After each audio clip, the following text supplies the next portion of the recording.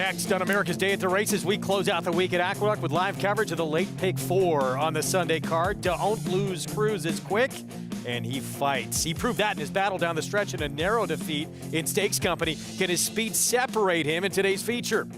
What's Up Bro took a big step forward in his second start despite not switching leads down the stretch. If he can figure that out, he could give the favorite a big test. We'll also take you out to Hot Springs, Arkansas for the latter half of their Sunday card.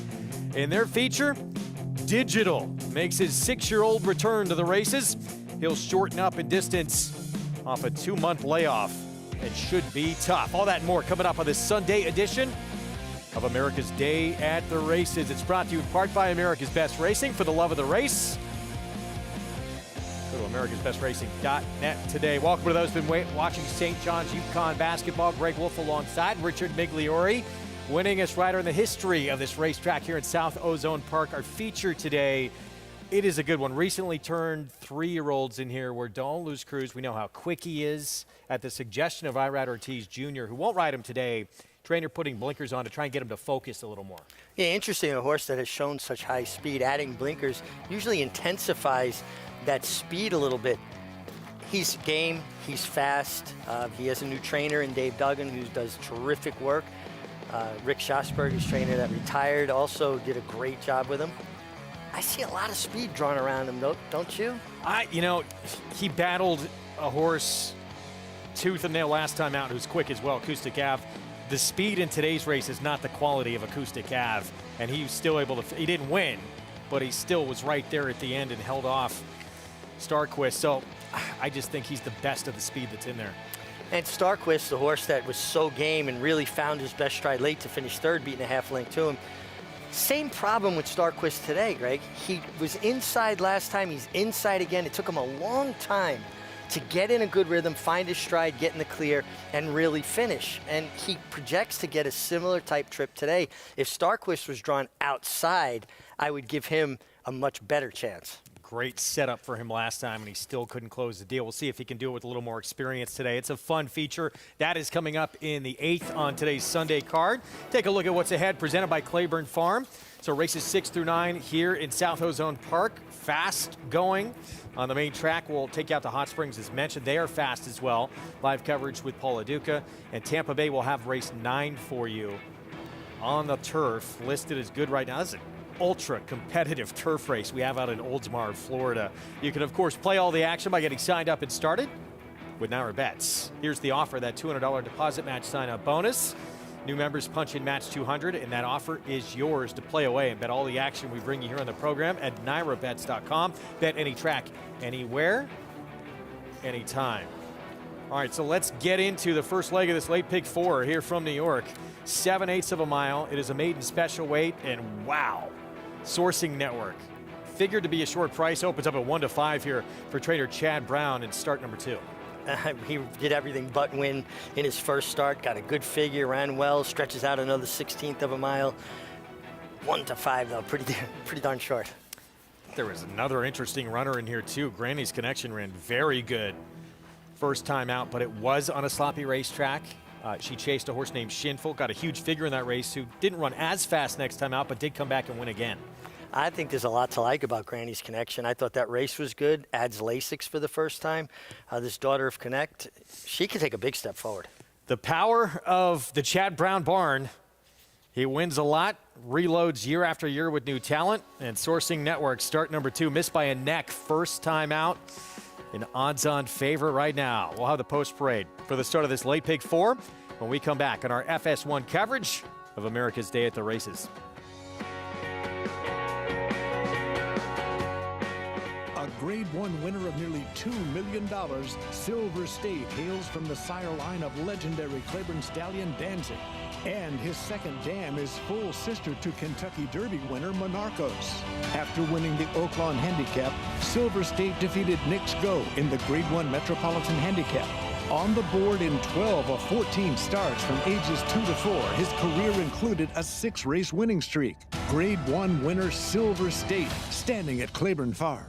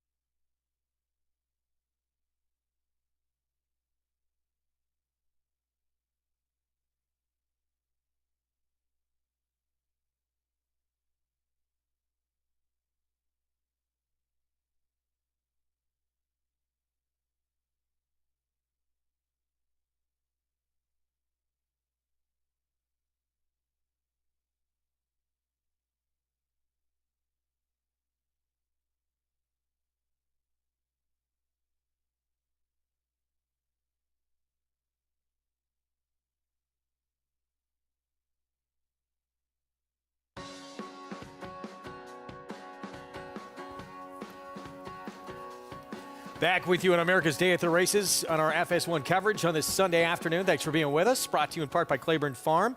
100 years of doing the usual unusually well. So the odds-on favorite, everybody going to Sourcing Network here for Chad Brown, start number 2. You look at that debut, and we'll see it. She just at times looked like a little disinterested in this race. Dropped back a little bit after making a big move, but then kicked into gear again late in the stretch. Yeah, she did. She looked to me like she got a bit outpaced turning for home. She was under strong pressure from Manny Franco. No hotter rider in the country right now than Manny Franco. And now she's kind of getting hampered a little bit. Like the horse on the lead that wound up third, Wings Like Eagles, who's in this race, was drifting significantly through the stretch, and I think it kind of hampered her forward progress, where the filly on the inside got that unencumbered run and got it done.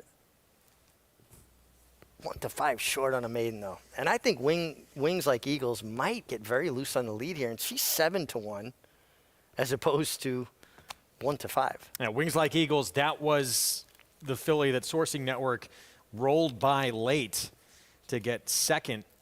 And Wings Like Eagles, the rail today, that was start number 6 for her. She had a 2-length lead in the stretch, and she gave it up. I think a lot of people look at that performance and say, wow, that's a tough effort to really like. But in this race, again, very good chance she's going to be loose on the lead again. Yeah, I mean, the filly right outside of her kind of holds the key to the race. Carrots and Cake, the Bernardini filly. She has shown speed. I just don't think she's naturally as fast as the one Wings Like Eagles. Now, people go, well, she couldn't hold on going 6.5. How's she going to do it going 7? Pace makes the race. They tend to improve. Second time out from this barn for Chad Brown and the public all over Sourcing Network at 2-5. Let's bring in for the first time today Maggie Wolfendale for more. Taking a look at your heavy favorite in here, Sourcing Network. Now, I wasn't in the paddock for her debut, but I remember being up on set and watching her in the prelims. And she is a nicely put together filly. She's actually got some good size to her. I don't mind the 7 furlongs as she just take that extra half a furlong step out.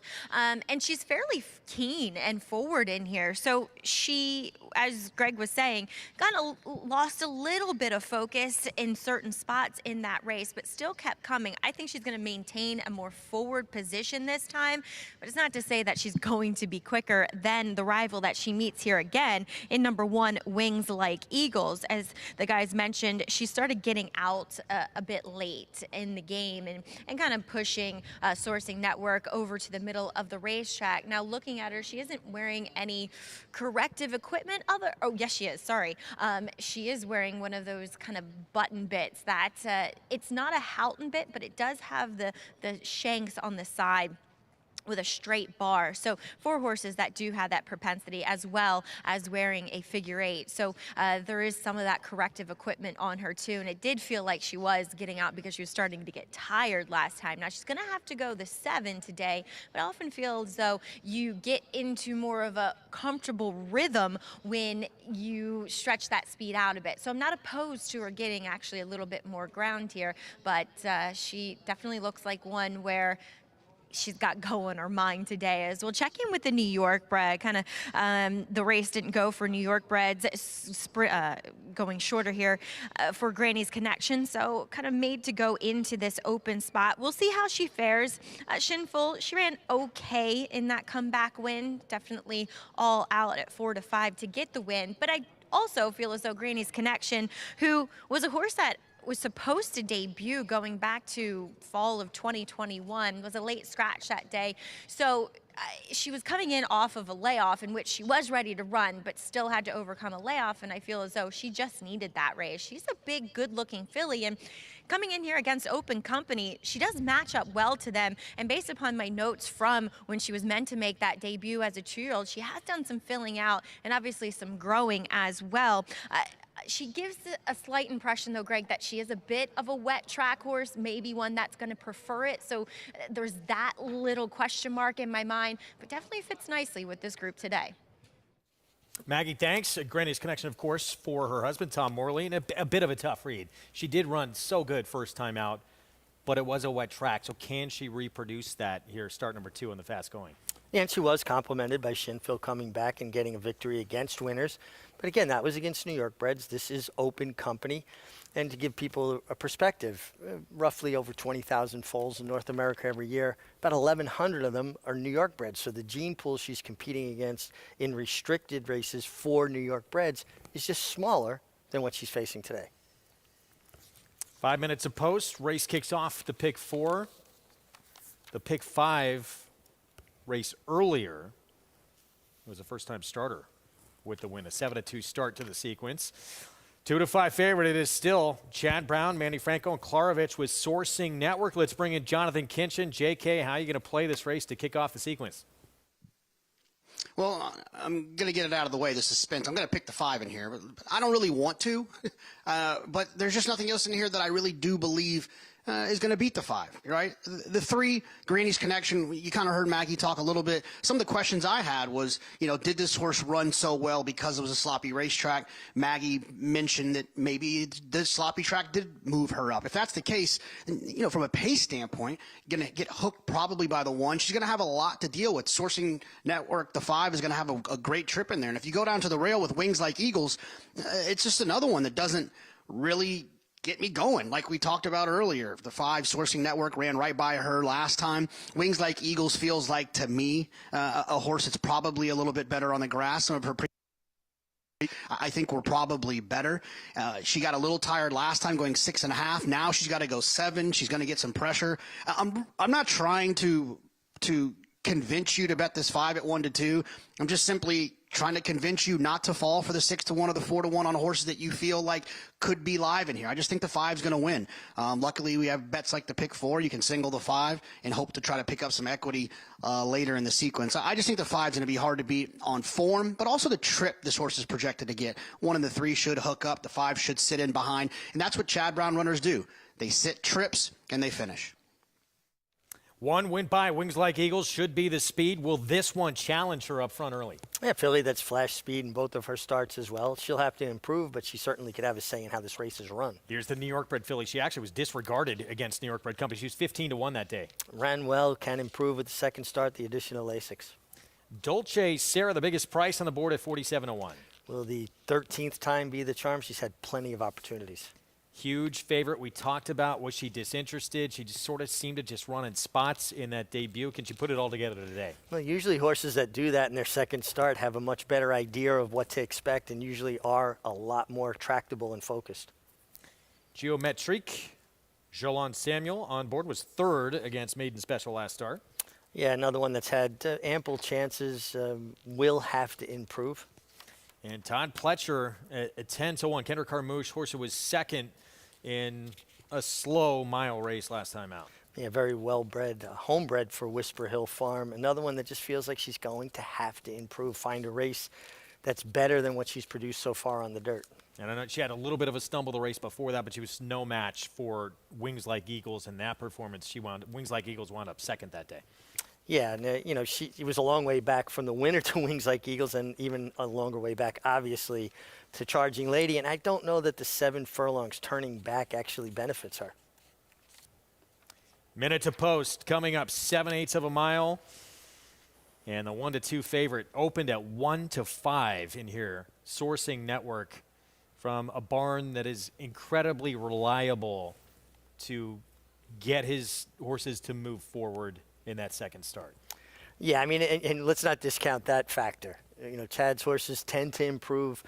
He doesn't have them cranked up to absolutely win first time, so you would think that she's going to improve. And particularly what you talked about, her losing a bit of focus, it seemed, from somewhere between the 3/8 pole and the quarter pole, and then re-engaging again through the stretch. Let's head back down to Maggie. I know she looks awfully slow on paper, and Todd Pletcher horses are supposed to win within their first few starts, and Charging Lady just hasn't done that, number 7 in here. But winning the warm-up contest would be her. Oh, speaking of warm-up, it's definitely winter.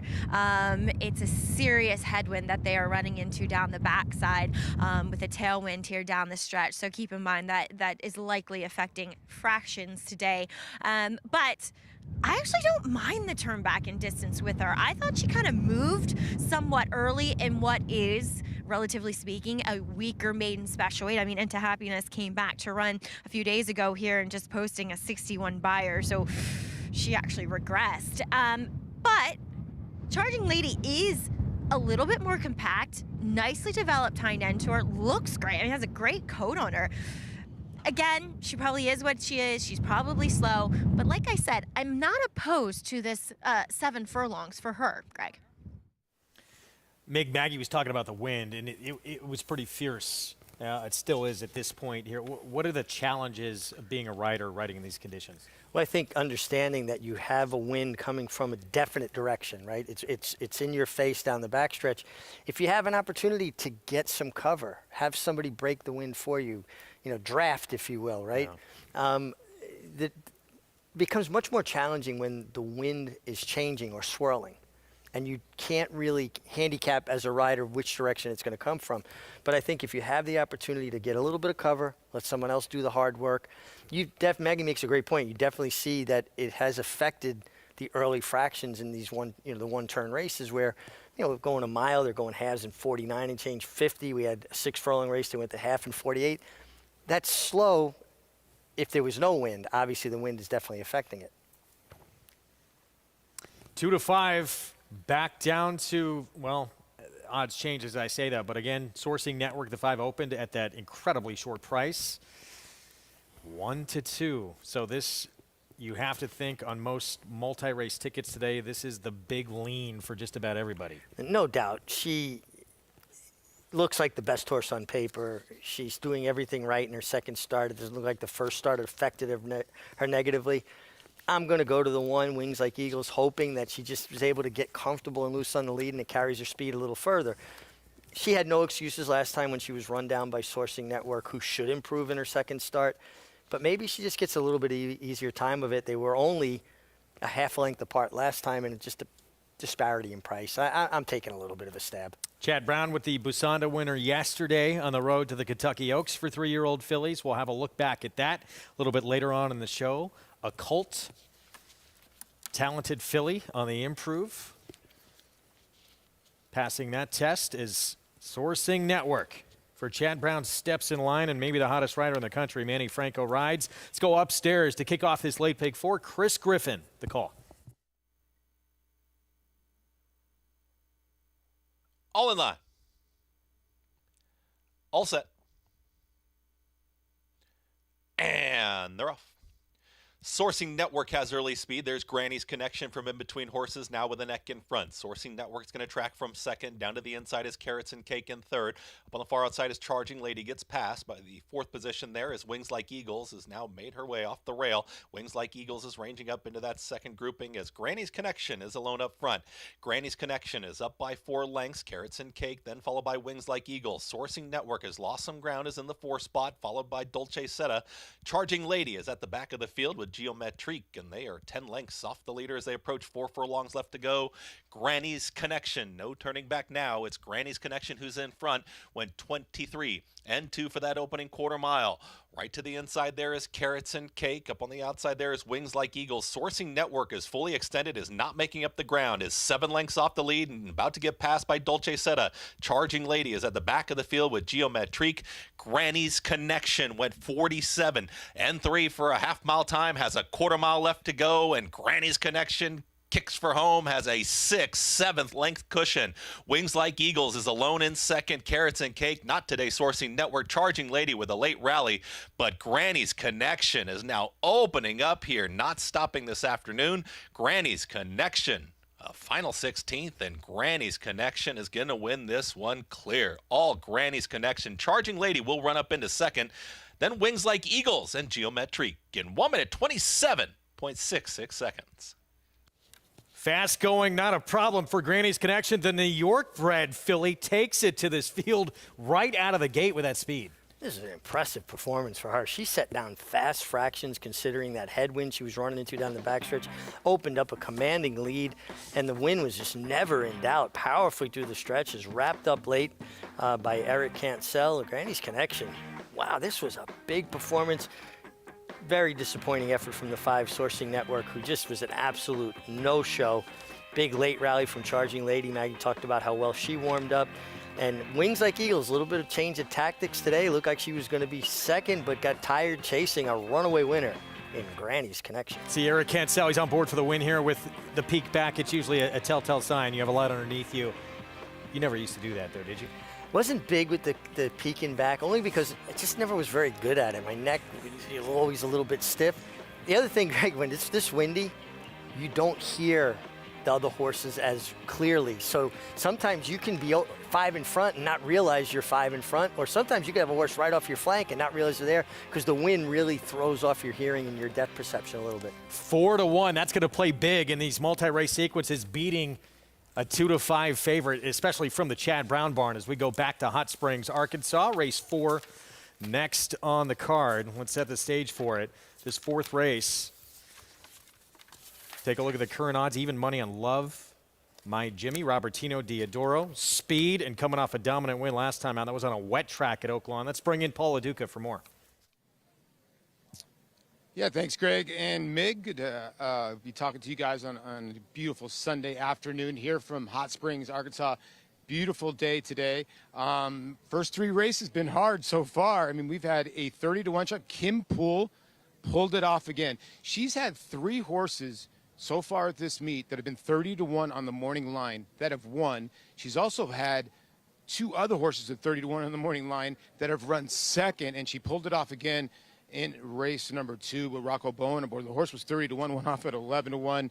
But your leading trainer is Robertino Diodoro. He's got a 4-win lead over Chris Hartman as we speak right now. And Love My Jimmy here, I get it. You know, this is a horse that came from California, showed that speed, and just blitzed that field on a sloppy surface. The issue I have here now, I think he is by far the horse to beat in here.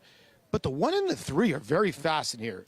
The worry you have with the 3 is that the 3's never been over a fast track or a dirt track period, so you don't know if that speed's going to translate.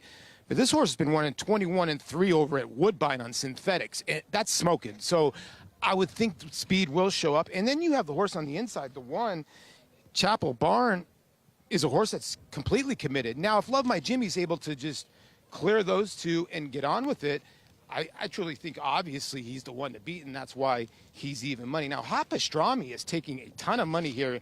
The 8 here, sorry, my papers are blowing all over the place, guys, for Tommy Amos. Horse that's going to come from off the pace.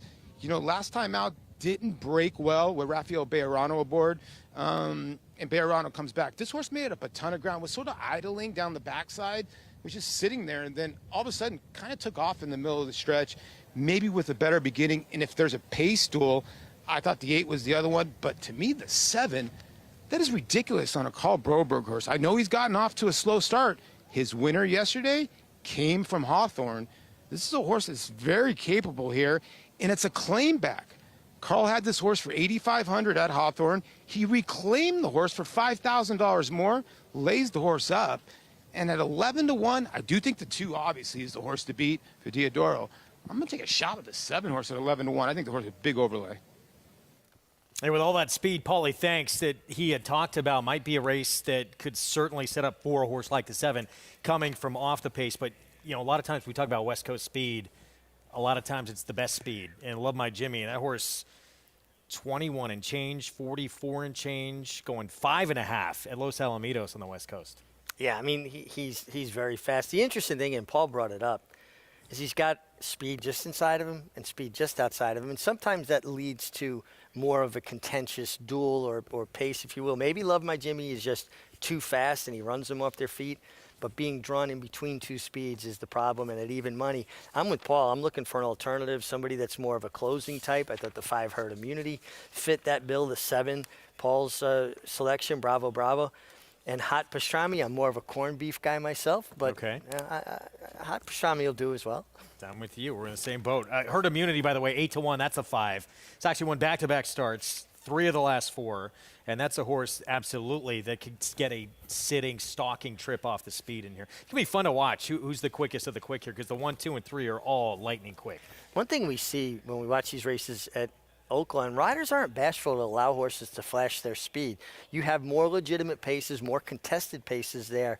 And to me, it's a little bit of a throwback. When I first started, you never took speed away from a horse that had natural speed. You allowed them to use their natural weapon, which is their speed. The way Alan Jerkins put it, horses have been running away from their enemies for millions of years. You don't want to change evolution. Great way to put it from the Chief, one of the all-time greats. Even money on the 2 Love My Jimmy for one of the best barns, certainly in the country, and every year, year in, year out at Oaklawn. Let's take a look at this horse in action. This was last time out, wet track, first try at Oaklawn, and just a dominant winner after getting the lead early. Yeah, and he just blitzed the field. And you talked about some of the fractions he set in the past. For him to go 22-3 is a comfortable gait for him. He's not even all in going that fast. A horse that's capable of going 21, sub-22 quarters. Just wonder what's going to happen from the inside Chapel Barn. The horse, there has to be urgency. He's breaking from the inside. Colton's Dream just outside of him. You know you're not going to catch Love My Jimmy if you allow him too much leeway. And again, in Hot Springs at Oaklawn, riders, they let their horses roll. Well, we'll see if rider at Chapel Barn, Colton's Dream, able to put some pressure on this big favorite in here.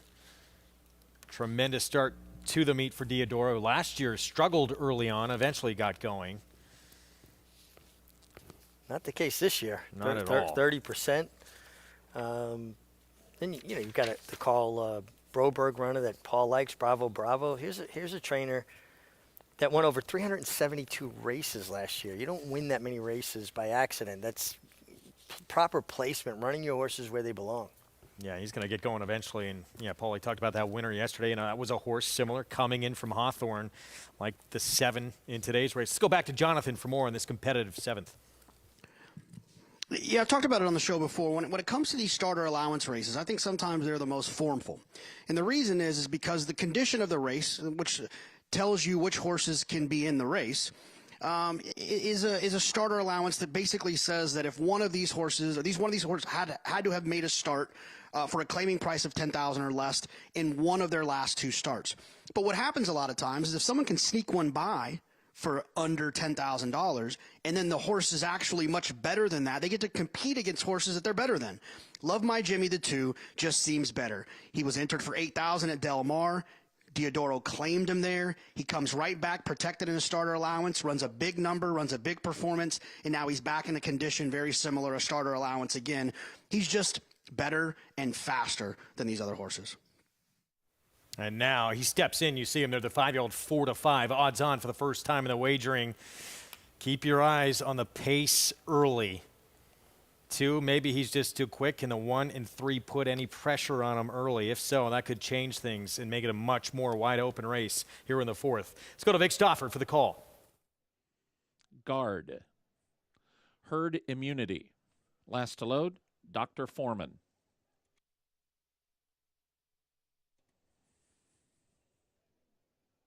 They're at the post. They're off.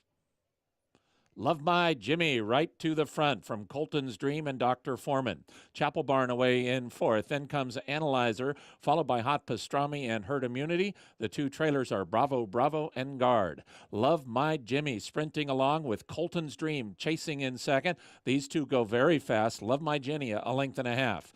Colton's Dream is 2nd by 5 or 6 lengths to Chapel Barn in 3rd. Dr. Foreman is 4th with 8 lengths to make up. He's 2 in front of Analyzer and Herd Immunity. Hot Pastrami has 13 to close, one less than Bravo Bravo. Guard is the trailer, and Love My Jimmy is the leader. Love My Jimmy, Colton's Dream comes to take him on. Colton's Dream within a half length of the front-running Love My Jimmy. These 2 match strides. They're now 4 lengths in front of Chapel Barn, who is closing for the Bug Boy Medellin. Love My Jimmy has the lead. Colton's Dream, Chapel Barn continues to close, and he's on the move in the center of the racetrack. Love My Jimmy and Chapel Barn, these 2 will now match strides with Hot Pastrami closing in 4th. It is Chapel Barn to take over the lead. He's now 2 in front of Love My Jimmy. Late run Herd Immunity, Chapel Barn in front.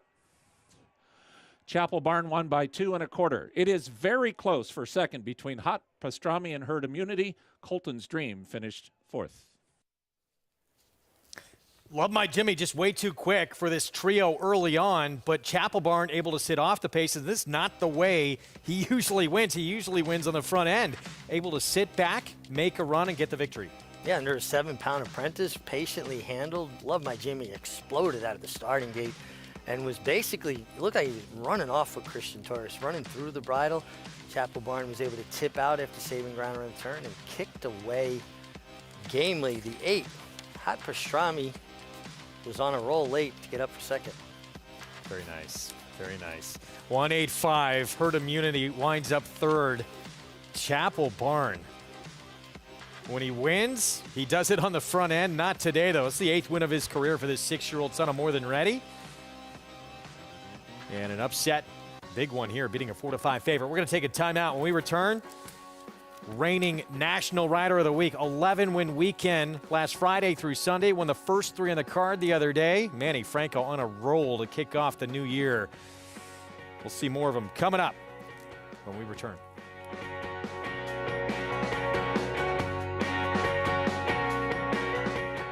It's a domineering display by the ultra-talented McKenzie. McKenzie in a dominant performance. 300 won't do it. 300,000. 275, medium 275,000. 75, but to get 75, 275,000. 250, I'm Ralph now, 250,000. Here, but to get $200,000.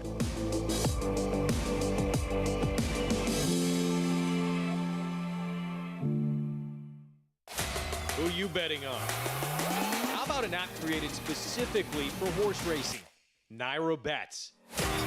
We specialize in thundering hooves, fist pumping, and boosting your bankroll with robust weekly promotions.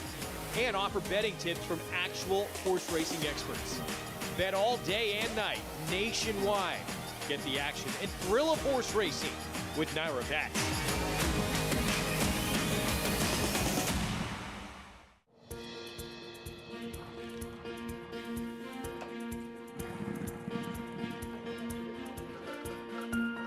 We take pride in what we do. For me, it's more of a passion than actual work. I'm an assistant trainer. Carpenter. I'm a peace officer. I'm a jockey. I'm a gardener. I'm a groom.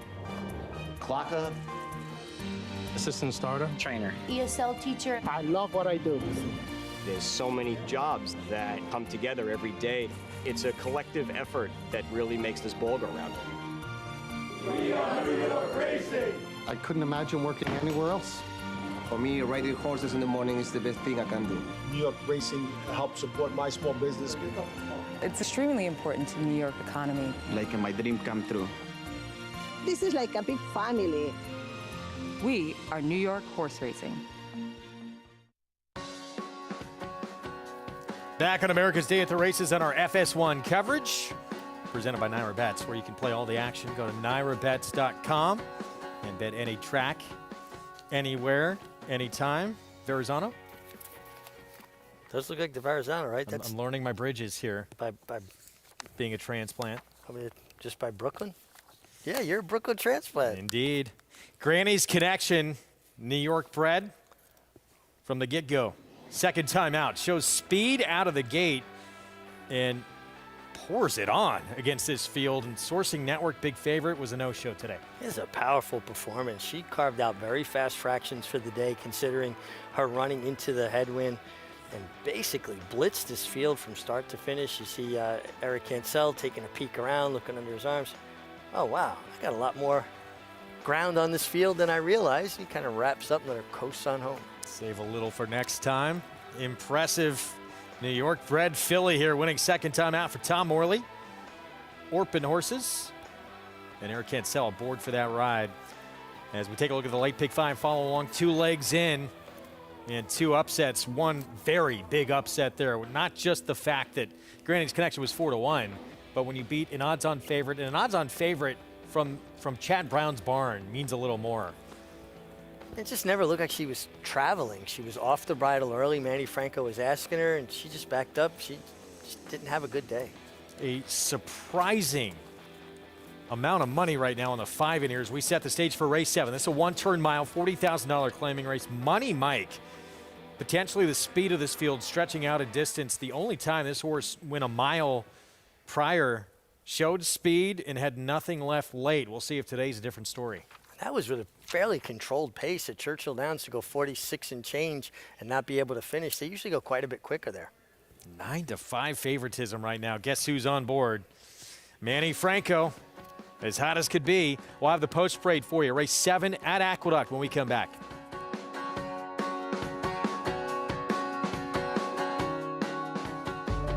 Whatever you use to predict future stallion success, breathe slowly and gaze at the desert's first great championship race.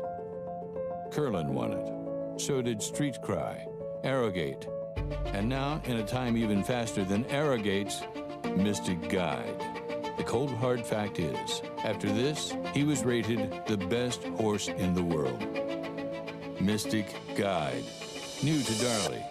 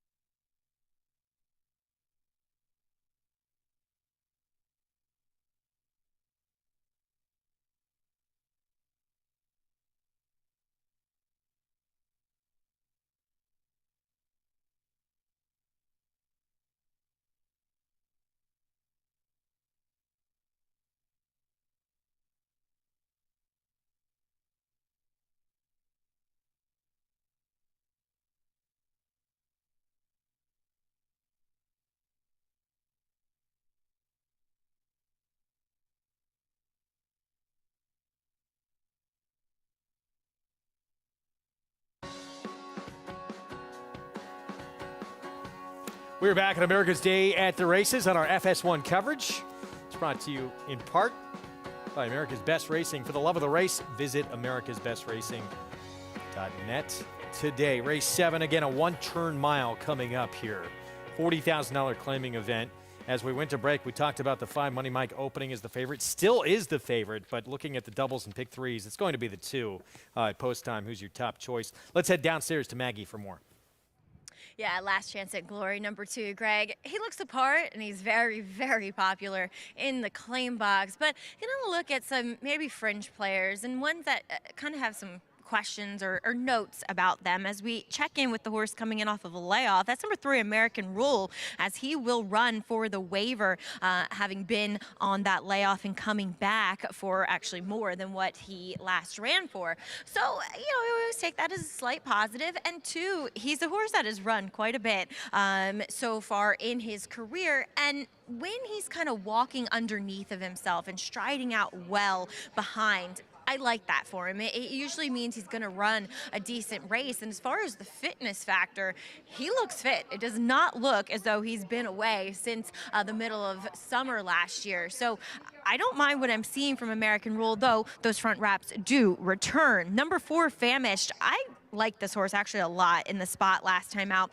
for Horacio de Paz. But it was kind of a strange race in which Last Chance at Glory, he was controlling, but Famished broke well, and he was battling up front early. Then he dropped back while on the inside around the turn, and then he tried to kind of come on again. He was just second best in the end, and maybe he'll work out to be second best again against that familiar rival. But adding a small cup blinker today, which I think is a good equipment addition for this horse that he seemed to lose interest a bit in the middle of that race. So I like what I'm seeing from him physically yet again, and I just think the blinkers could play a potentially pivotal role in this outcome. As we'll also take a look at a bit of a long shot in number 6, Blake B, for lower profile connections. But I'll tell you what, Jesus Romero, his horses always are very well turned out physically. They carry great weight. Their coat is often resplendent, and when they walk over here,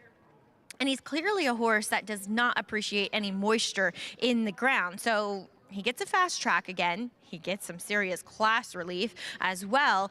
And I just liked his overall presence here in the paddock when he walked in. So I think he could be kind of a fringe player, Greg, at least to use underneath with that drop in class. Yeah, I thought he was interesting. I used him as my backup underneath on Talking Horses today. He has some big efforts that if Last Chance at Glory, the 2, runs his A race, everyone else probably in trouble here. But Blake B has some big efforts to go back to. Yeah, I think Maggie makes a great point about when there's moisture in the track, he's just not as good. And to me, that kind of dirties up his form. His most recent true fast track races have been good. Well, here now has become the favorite as expected here. Last Chance at Glory, he has been a popular horse in the claim box. His last 6 starts, he's been claimed every single time moving to a new barn. And that speaks to horsemen looking at a horse that they feel comfortable with from a soundness level, from a compete level. He's a horse that shows up consistently. He's run 5 times at the 1 mile distance with 3 wins, 2 seconds. He creates his own trip. He's fast but doesn't need the lead. He looks very formidable here. 2 for 3 at Aqueduct. Loves this distance as well. 3 wins, 2 seconds in the 5 starts. And you brought up the key point, I think, too, with the presence of the 5 in here. Last Chance at Glory, the 2, does not have to have the lead to win and be effective. No, he's a horse that is tactical. He's definitely versatile. He puts himself in a good position. I mean, the 5 Money Mike is coming out of some pretty sharp-paced races where he was relegated to that chasing mode. I think going a mile, although his 1 start at a mile, he really did kind of give it up halfway through the race. There's the post parade. We start with its mandatory. Has a couple of really big efforts, including one at Finger Lakes back in October. Yeah, kind of interesting. Claim for 25, claim for 10, run back for 25, now in for 40. He hooked a tough group here. Last Chance at Glory, an 8-time winner, including last out. He's formidable, honest, shows up, and versatile. 8-1. This is American Rule. He's been off since mid-July, Saratoga. Well, Maggie talked about it, coming in here, being protected. He's not running for a claiming price.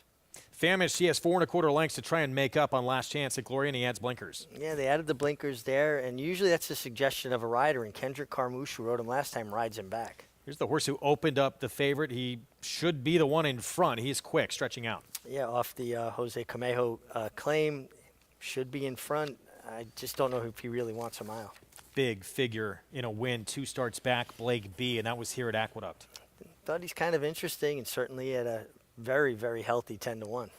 And Steiner, intriguing as well. He put together back-to-back wins before he was beat last start in the mud at Aqueduct. Yeah, but he has performed well in off-going before. That was turning back to 7. Now he gets to a mile where he's been a little bit better. Mile and 70, mile and a 16th. 3 minutes to post. Here in the 7th from Aqueduct, and again, a pick 3 with a $5,000 payout to all the winning tickets on Naira Bets. Let's go to Jonathan Kinchin for more.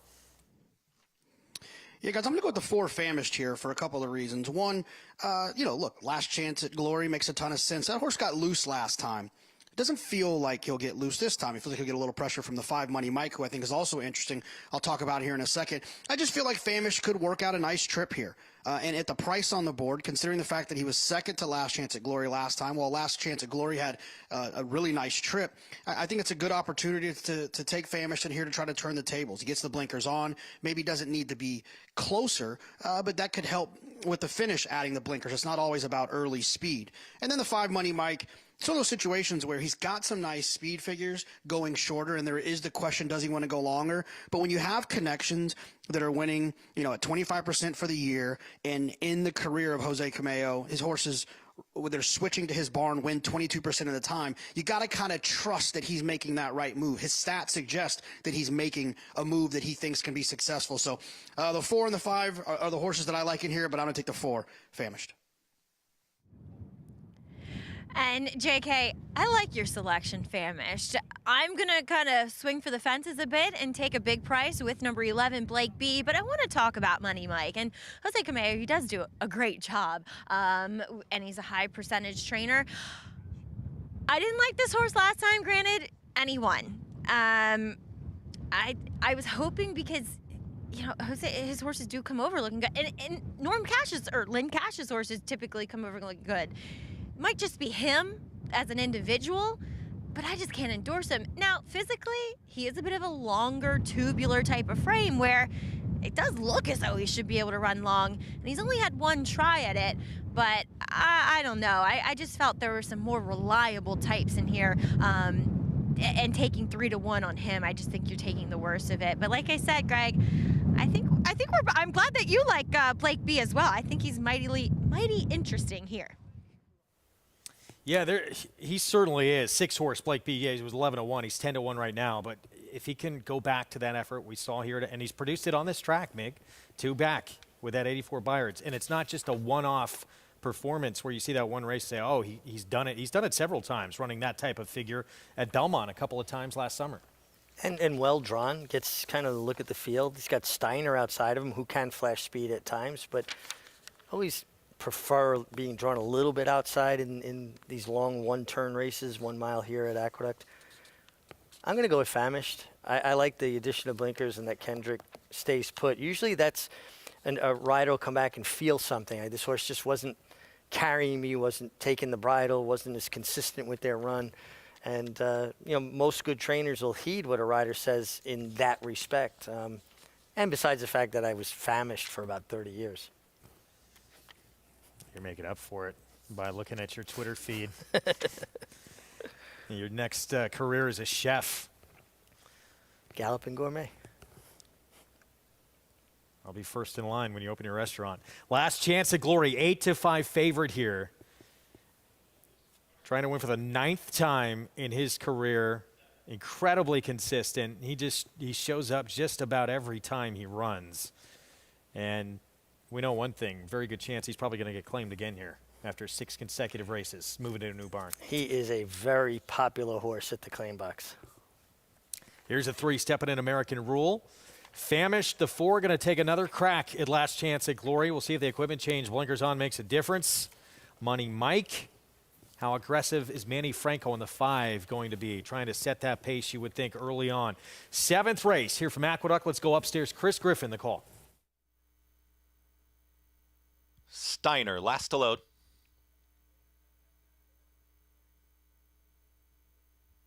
All in line.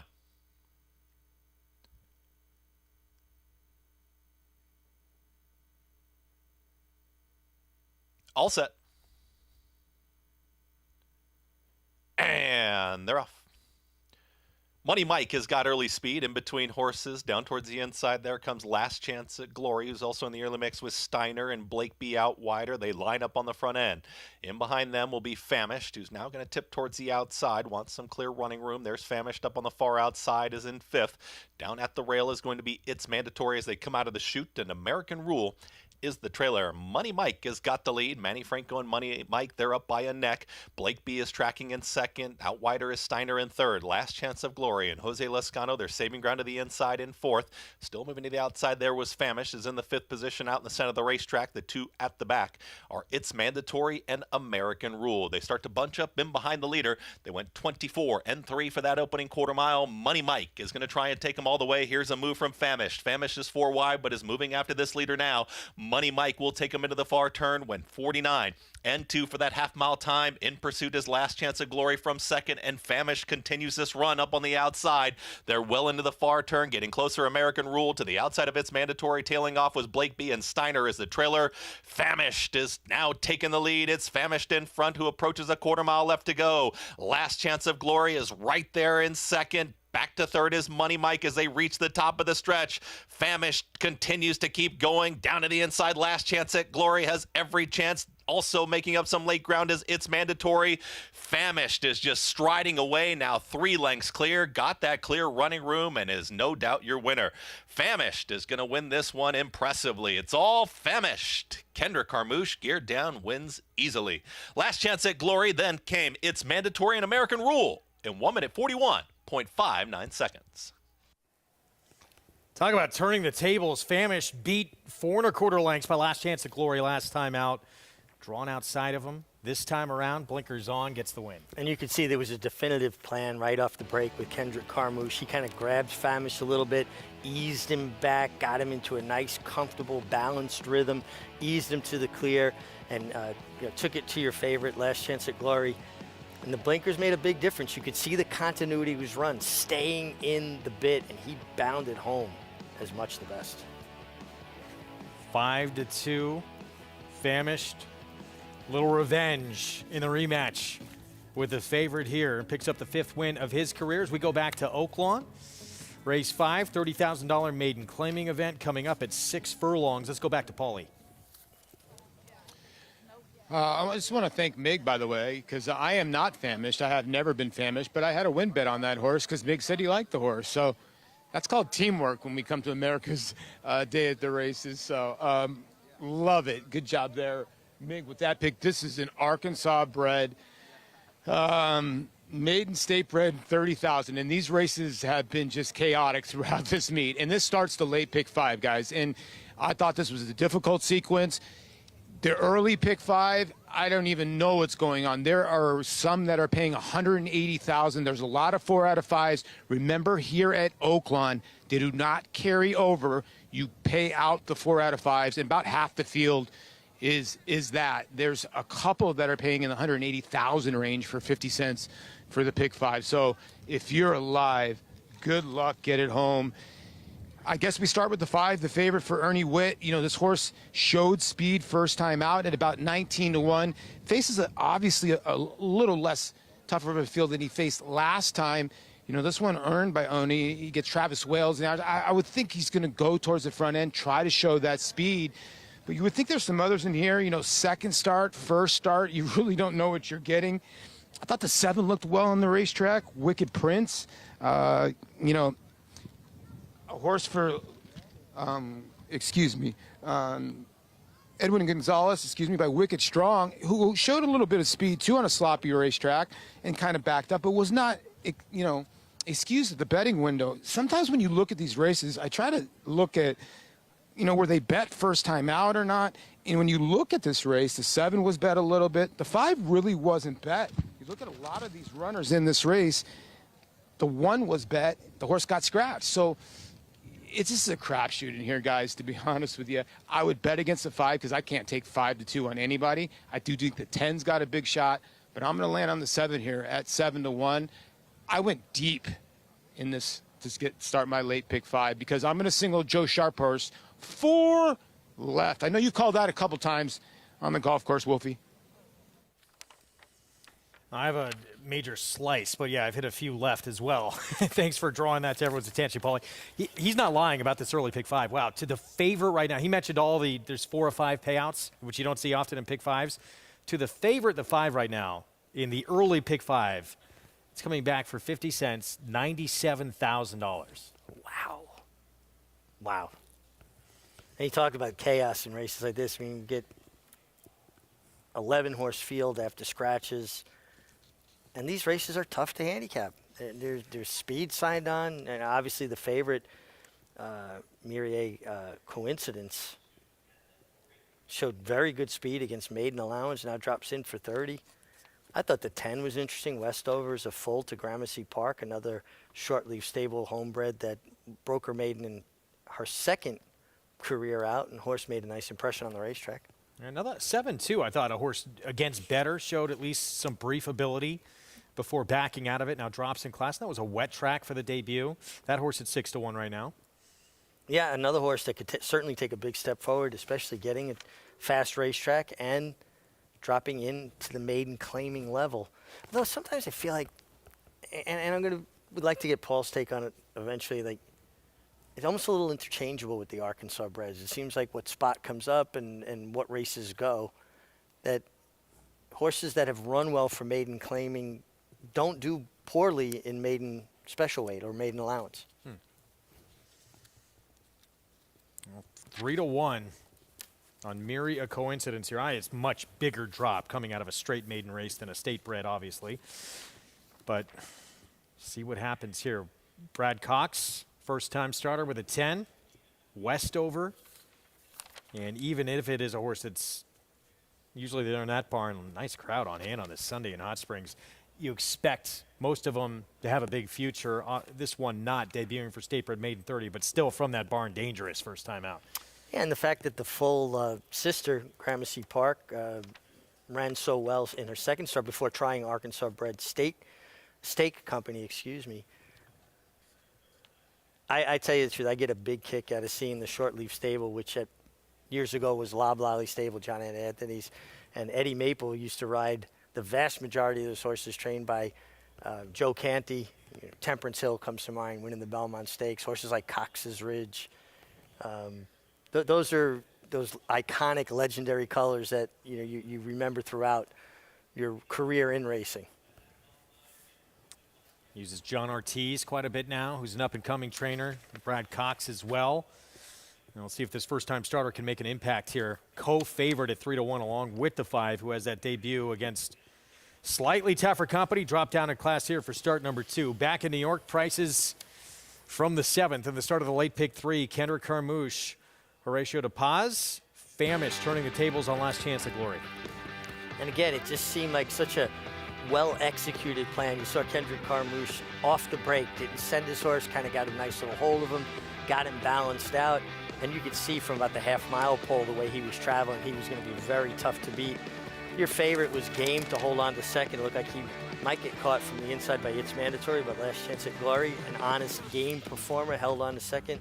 Famish turns the table at 7:30 with the addition of blinkers, and another good training job by Horatio de Paz.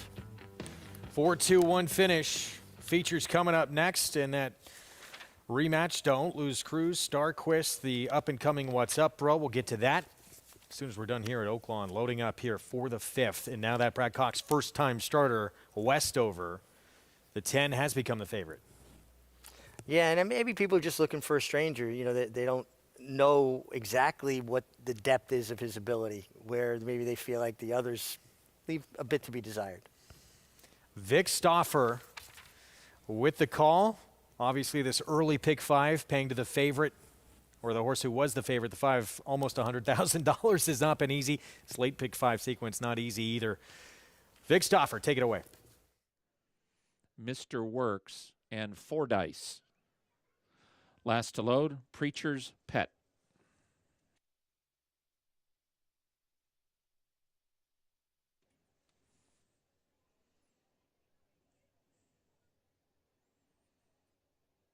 They're at the post.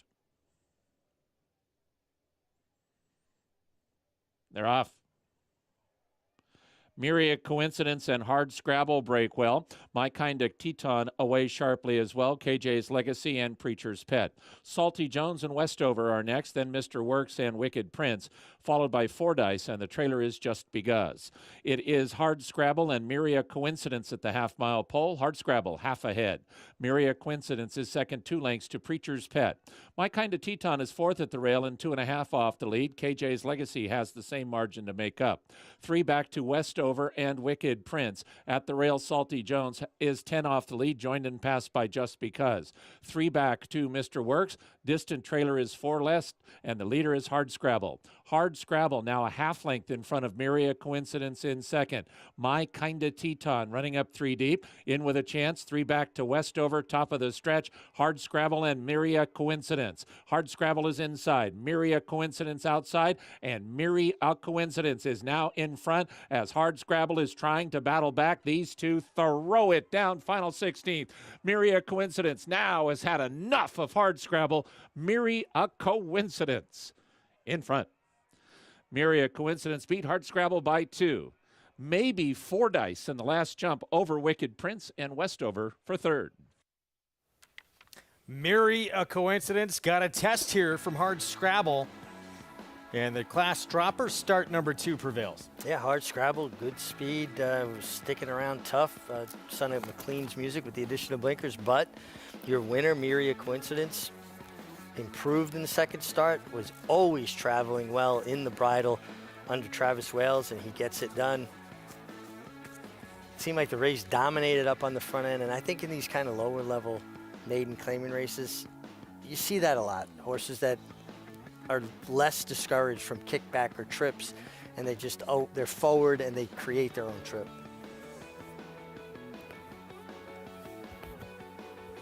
Miria Coincidence, for much of the wagering, was the favorite. And a few early pick 5 tickets collecting $97,000 with that 3-year-old winning. We're going to look back to yesterday. Road to the Kentucky Oaks for 3-year-old fillies. Chad Brown, Alpha Delta Stables, and a colt. Dylan Davis aboard, stepping up in the Busanda and earning points to get into that starting gate for the Oaks. We'll be back.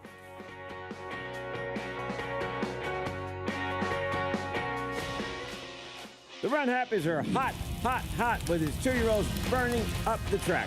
Recent top runners include this growing list of winners at Churchill Downs. Plus the speedy 2-year-old colt, Happy is a Choice, a 5-length maiden winner at Keeneland. Happy is a Choice, Francisco Arrieta to win it. Price for value and turning up the heat. Call today and book your mare to Eclipse Champion Run Happy, standing at Claiborne Farm. Now more than ever, it's time to get with the program. When shopping for your next race prospect, consider that New York breds start with an advantage. Our New York breds run for serious green. At Saratoga Race Meet, New York bred maidens run for up to $88,000. New York bred allowance horses run for up to $100,000. And New York bred owners can collect awards of up to $20,000 per horse per race. So get back with the program. Seriously. Flightline is in full flight. Flightline turns it on at the top of the stretch, and he's in cruise control. And Flightline takes off! Take a good look at this, because you're not going to see this too often, maybe never again. Flightline, 20 lengths clear. World-class racehorse, world-class performance, and a world championship event.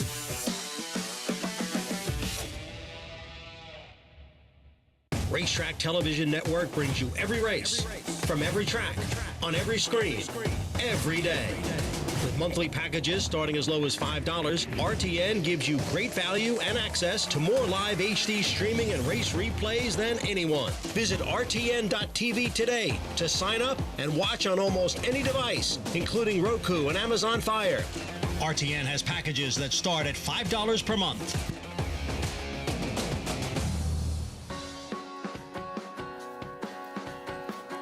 Back with you on America's Day at the Races. Miria Coincidence, start number 2. Drop down to class at shown speed against Better Company and prevails to start off the late pick 5. Always traveling like a winner, just outside the other speed, and kicks on 780. I think he drifted up to your second choice. Is that correct? I believe that Brad Cox first timer went off your favorite. Early pick 5. Play it for 50 cents. Just over $97,000 return there for the pick 5. That's not going to happen if you go to a ball game. No. Unless maybe catch like somebody's milestone home run ball or something. Be quite a parlay you'd have to put together to equal that. Yeah. 8th at Aqueduct feature on this Sunday card. 6 furlong sprint for 3-year-olds. New York breds, allowance optional claiming field, and What's a Bro opening up as the favorite. Wow, that's surprising here. Don't Lose Cruise, obviously the quick of the quick. Could have some company up front. Just missing a stakes race against horse who's won 3 stakes in a row. But that horse right now, the one to beat on the board, that should change. But he was impressive, breaking his maiden and start number 2. More on the feature when we come back.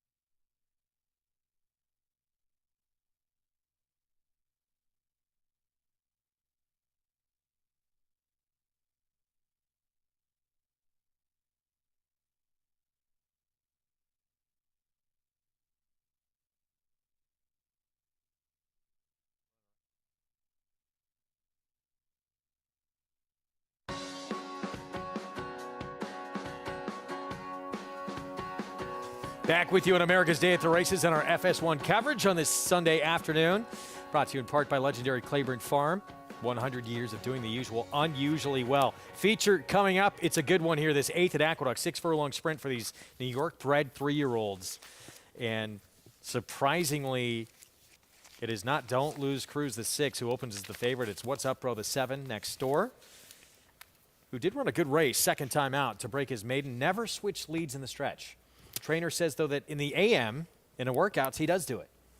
Well, a lot of times it's just such a much more controlled environment in the morning. Horses are working into the rider's hands. They keep them balanced. They help them over. When they're going faster, they tend to come off the bridle and maybe don't do things quite as proficiently. Well, there's Don't Lose Cruise. He is quick. That's his game, and he's adding blinkers today as well. Let's head downstairs to Maggie for more. Yeah, we'll start with What's Up, Bro, though, as he was a horse that he just really got an education in that first start. It was a wet track, and he was getting kicked back, and he was climbing from that. And then talk about just kind of doing a 180 as far as progressing in your professionalism. He did just that in that second start. Now, you're talking about the leads and switching. A lot of times horses, when they're running kind of full out like that and they're still learning, it just doesn't come across their mind to naturally switch a lot of times. It's not them, favoring one lead over the other when you're dealing with young horses. It's just a learning process. And last time in the paddock, What's Up, Bro, I didn't mind him. He's a good-looking type. There's a lot of substance to him. He just didn't look all that fit, and he didn't look all that clued in still. Now, today, he came in really on the muscle, just really striding out here in the paddock. He still could look a little bit more fit by my eye, but there's been a slight step forward from the fitness perspective from second to third start here. So we'll see if he can kind of run back to that race, because it was a good performance and a number that makes him a player here. But if Don't Lose Cruise runs any of his races, then he might be running for second as Don't Lose Cruise will go out for Dave Duggan, taking over the reins for Clear Star Stables from the recently retired Rick Schosberg. And this is a horse that does have a lot of speed. And sometimes when you have a speed horse, putting blinkers on, you're like, well, why? Sometimes when you're a speed horse, you're running because you're, I don't want to say scared, but you're just wildly running. So blinkers will actually calm a horse down just a bit and just focus that energy and make the horse a little bit more pliable for the rider. He is a bit more calm than what I've seen from him in the past prior to start. So I like that for him. I like the way he's turned out. If anything, he's put on a bit of weight since the last time I saw him. But the horse that kind of wins the physical perspective here is Starquist. He's going to be hoping that there is some hitting up front and he can kind of run them down. He couldn't keep pace last time out in the notebook early on, and then he was able to close. I will say I thought he looked a touch better last time. I wish he's kind of dropping away ever so slightly behind, and he's one, Greg, that I really now, since he's been tacked up, I want to watch the way he warms up, because I liked him when he first walked in, and now I'm not so sure. He's 5-2 right now, Maggie. Thank you. Talking about Starquist, the one, his connections talk over plans, and this was against Don't Lose Cruise. Interesting ride with Starquist last time out, because he did kind of get involved early in there. Eric Cancel got a little tight, kind of took him back, and then he had a lot of work to do. Yeah, and you can see he didn't corner well, so he lost a little ground there. It took him a little bit to get over his right lead, and now he finally gets on track. And even here, it took him a long time to switch the crop to his left hand, and he kept on finding. Now, the problem is he's got post one again, so Eric's going to have to make some smart decisions. I think he'd be better to allow the speed to outrun him, clear him, get this big striding son of Nyquist in the clear and come with one run. I see maybe more speed than you see on paper here. I do think there's ample speed in here. Well, the 4 and the 5, certainly we know are quick, and maybe even a little bit of speed from the 9. I just think Don't Lose Cruise, it was better speed he's faced last time out, no question. And even before that, the race before that, he still was right there at the wire. I just think he'll be able to handle it. I mean, do you even think a horse like the 4, McDonough, can show speed, the 5, Belt Parkway? I mean, I'm seeing potential. Now, how it plays out on the racetrack as compared to how it plays out on paper are two different things. Yeah. No question. 4 and 5, they want to be forward. Perhaps even the 9. There is Gold in Them Hills we'll get to. As we take a look at Starquist in here, can he run down Don't Lose Cruz today? And now he's been bet down to your favorite at 8-5. If he had an outside post, I'd absolutely love him. Eric Cancel has to be decisive in how he rides this horse. Here's McDonough, part of the pace you would think here. A horse that has shown speed up at Finger Lakes. He's been quick there. Son of Teufelsberg, who was fast. Belt Parkway likes to be forward as well. It's been in the money in 4 of 5. I find it ironic a horse named Belt Parkway has this much speed. He doesn't have to get involved in traffic. Does not happen on the Belt Parkway. Here's probably the speed of the speed. Blinkers going on. And David Duggan had said because this horse lugged out a bit in the stretch, that was why Irad Ortiz Jr. said, let's add the blinkers. Yeah, and listen, he's fast and he's tenacious. I like horses that have speed that will fight for it. What's Up, Bro? Opened as the favorite off that big maiden win start number 2. I remember guys in my neighborhood always, what's up, bro? What's up, bro? What's up, bro? Improved massively in the second start. Gold in Them Hills broke his maiden Finger Lakes back in early November. Yeah, a horse that has flash speed at times, maybe not the kind of speed he's going to face today. And big price outside. Saratoga Banker gets Lasix, did go basically gate to wire, gets a very soft group last start. Yeah, it's for maiden 25. This is a considerably tougher spot. 3 minutes to post. Feature race on our Sunday card here at Aqueduct. Let's go to Jonathan. Yeah, guys, I was thinking the 6 Don't Lose Cruz would go off favorite here, and it's going to be close, but this is the horse I like. You got the blinkers on, you're switching barns, but I do like the fact that this horse ran some big numbers early.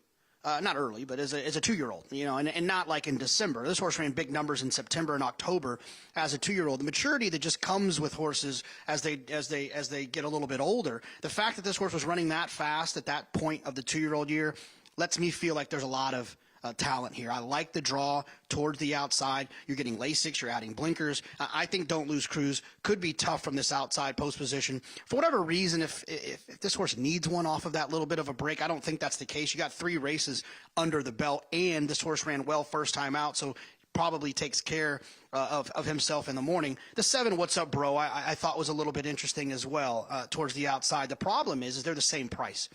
At the same price, I would bet the 6 Don't Lose Cruz every day of the week and twice on Sunday, and it happens to be Sunday. Yeah, both at 2-1 here. That's surprising, Starquist, to see it 8-5 right now, this close to post time. I'm surprised by that. I thought Starquist would be potentially third choice in here, not far behind. I thought 5-2 might have been more in line, but I like Starquist. I think he's the most natural close in the race. Eric Cancel needs to contribute a decisive, thoughtful ride here to maximize Starquist's ability. Don't Lose Cruz, also adding Lasix, blinkers, fast, and he'll fight for it. Those are the 2 for me, but I wound up on the 1, Starquist. Starquist ahead behind Don't Lose Cruz last time out. Can he turn the tables? Let's go back to Maggie. I mean, I'm glad I have a big head. I mean that literally. Sometimes I mean it figuratively, because if I didn't, my hat would be gone. Crunching on some sand, got a little fiber, midday snack. It's windy out here. These are some trying conditions, to say the least. But I do want to circle back to Starquist, whom I was talking about in the paddock. He did move better once he got out here. So I think it was just a matter of him being a little bit girthy. So when they put the 2 girths on, the regular girth and then the over girth, sometimes horses will get a little bit cramped around their barrel. And then once they get moving, they'll come out of it. So he did look better, Greg, once he got out here. But I think Don't Lose Cruz, he's just loose in here. And if anything, this is one of the best times I've seen him look. I like the addition of the very short cut blinkers just to get him to run a little bit more straight, be a little bit more pliable for his rider. Late push on the tote board, and Don't Lose Cruz, and that, I believe that's how connections do want to say this name, has become your even money favorite now, the 6. Yeah, I mean, at one point 6-5 on Starquist, and now 6 Don't Lose Cruz. The money comes in at even money. Interesting. John Kimmel trains Starquist. Dave Duggan, who now trains Don't Lose Cruz, was his one-time assistant trainer. How about that? Taking over, for Rick Schosberg, recently retired. One of our colleagues now in the program. Oh, he's great to work with, Rick. And I go so far back with Rick. We knew each other before he trained and before I rode, but I rode his first winner as a trainer in Tim's Lady. Incredible. We haven't seen that one yet. We're going to have to get it on the program. There's the speedster. Don't Lose Cruz, the 6 in the gate with Kendrick Carmouche. Can anyone give him any pace pressure up front? It's our Sunday feature. Let's go upstairs. Chris Griffin, the call.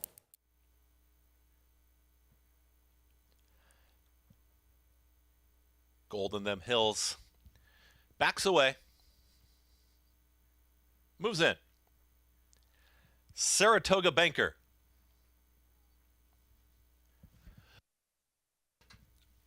All in line. All set.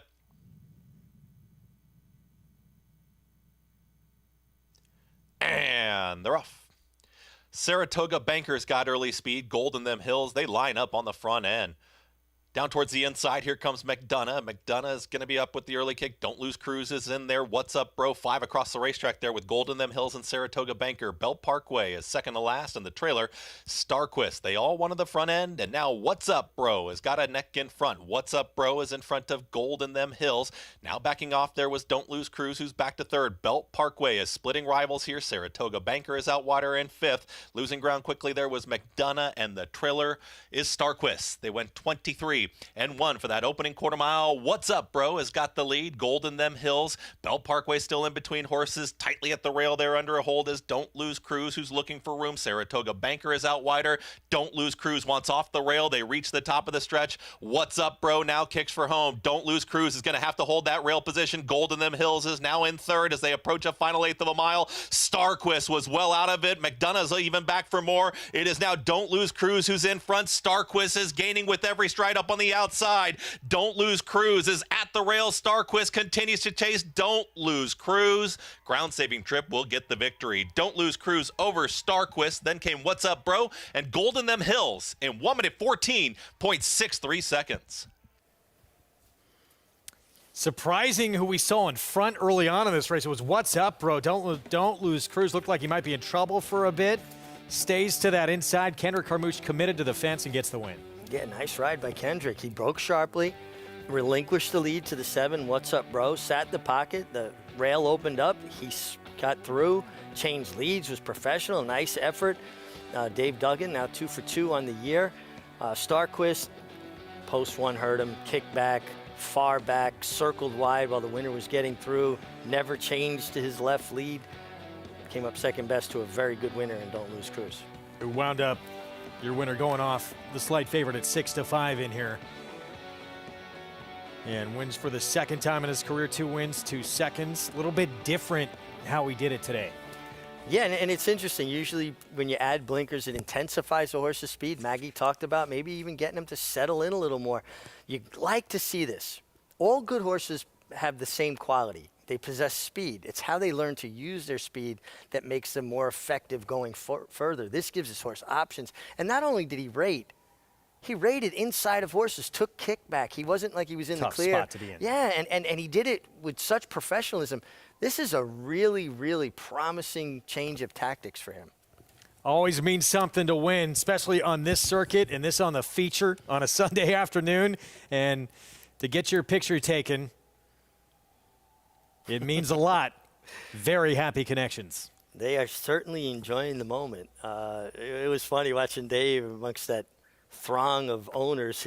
He almost looked a little bit sheepish.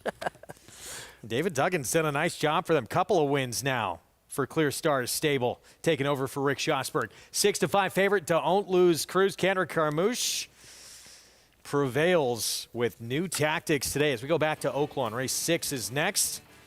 Pick 5's already underway, so here we go with the pick 4. 6 furlong sprint, 50,000 starter allowance. Shell Shock for Chris Hartman. He has been on a tear at this meet. 8-5 right now. Let's go to Paulie.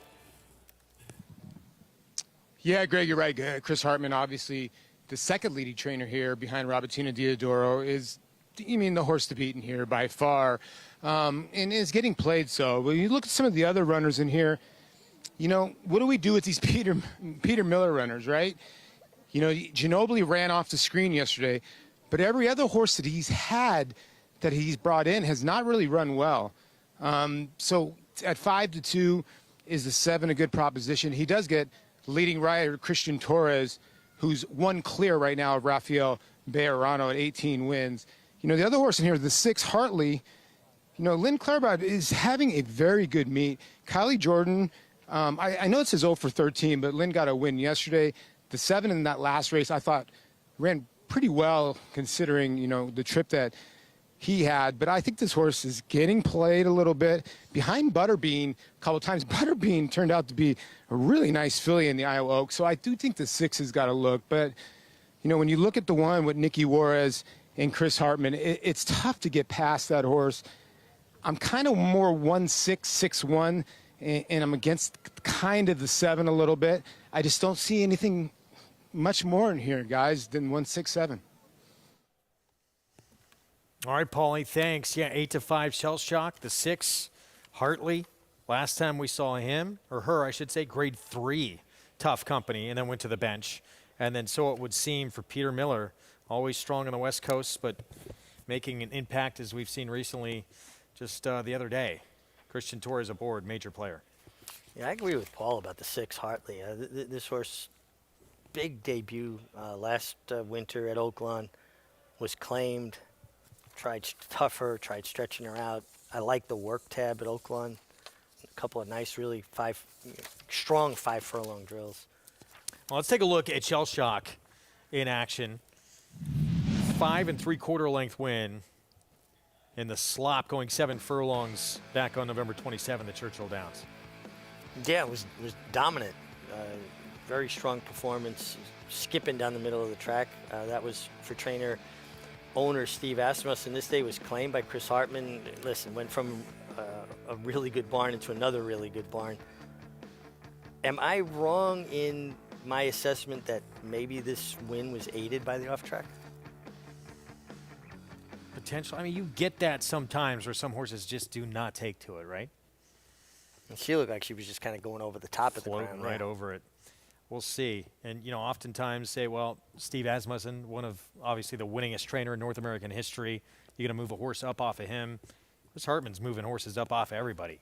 Well, again, when we talk about trainer changes, going to different connections, whether it's through claim or other means, it's never an indictment of former connections if a horse does better. People have different styles, different approaches, and some horses respond better to certain ways of doing things. Maybe a lighter training schedule, maybe a harder training schedule, maybe a little bit of a different feed program. There's so many little factors that go into it. Obviously, they're both really good horsemen.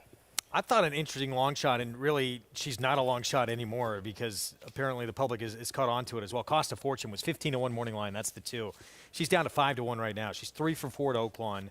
But even more important than that, the last time she was at Oaklawn, she ran a figure that would make her one of the favorites in this race. Mm-hmm. Maybe she's just a different horse here.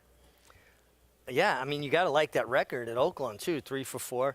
And we've talked about it in the past. There's so many horses congregating at Oaklawn Park for the winter from different jurisdictions. The Remington Park form usually plays pretty well at Oaklawn Park.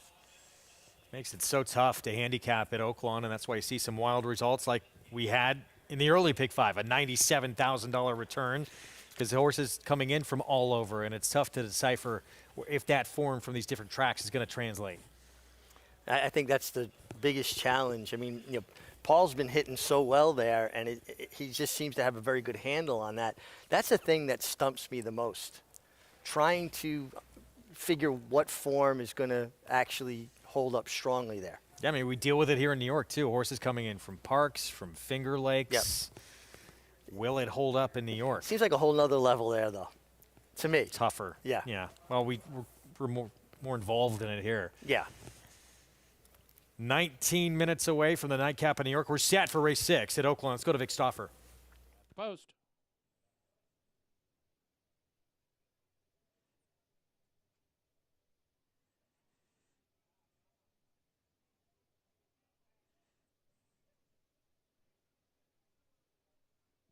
They're off.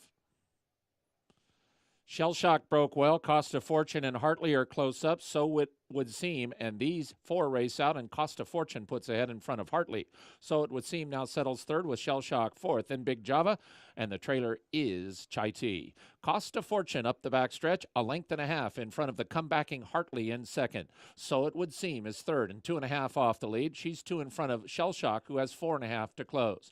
Then at the back of the pack are both Big Java and Chai Tea. They leave the backstretch. Cost a Fortune has the lead. Now it's only a half length to Hartley, who's tugging at Kylie Jordan. We're going to have a new leader at the top of the stretch. It is Hartley who takes it over. She's now a length in front of Cost a Fortune, and So It Would Seem. Shell Shock still has 3.5 to make up. 4 back to Chai Tea and Big Java. It's Hartley at the top of the stretch. She's got a final 3/16 to go and a length and a half in front of So It Would Seem in second. Shell Shock is out for the drive now, and she's moving up. Just took second and 3 behind Hartley. Hartley to the final 16th. She's got a 3.5 length lead. Then comes Shell Shock and So It Would Seem. Yeah, great job, Lynn Kleberad. Yip, yip.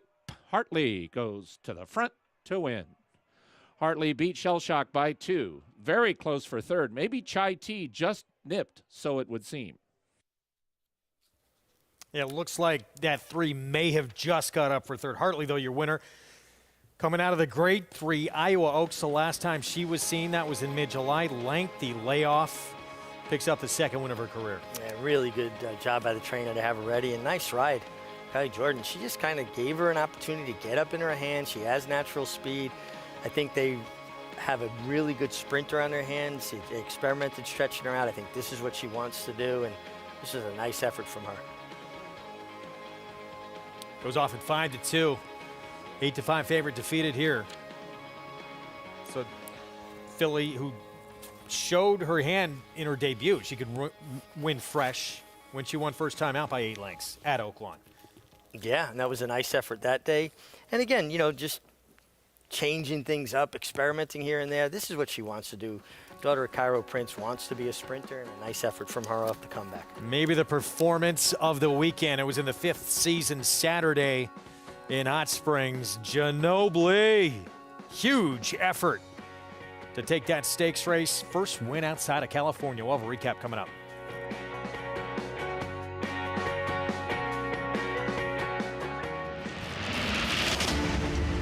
We're closely associated with Todd Pletcher, and for as long as I've known Todd, he's as high on Constitution as any other stallion that I can remember. It's resulted in us buying 5 Constitutions here at this sale for Mike Rapoli and Vinny Viola, and then Mike himself. He loves being able to train them. Todd always thought that that horse was uber talented, and we're seeing him pass that on to his progeny. Who you betting on? How about an app created specifically for horse racing? Naira Bets. We specialize in thundering hooves, fist pumping, and boosting your bankroll with robust weekly promotions. And offer betting tips from actual horse racing experts. Bet all day and night, nationwide. Get the action and thrill of horse racing with Naira Bets.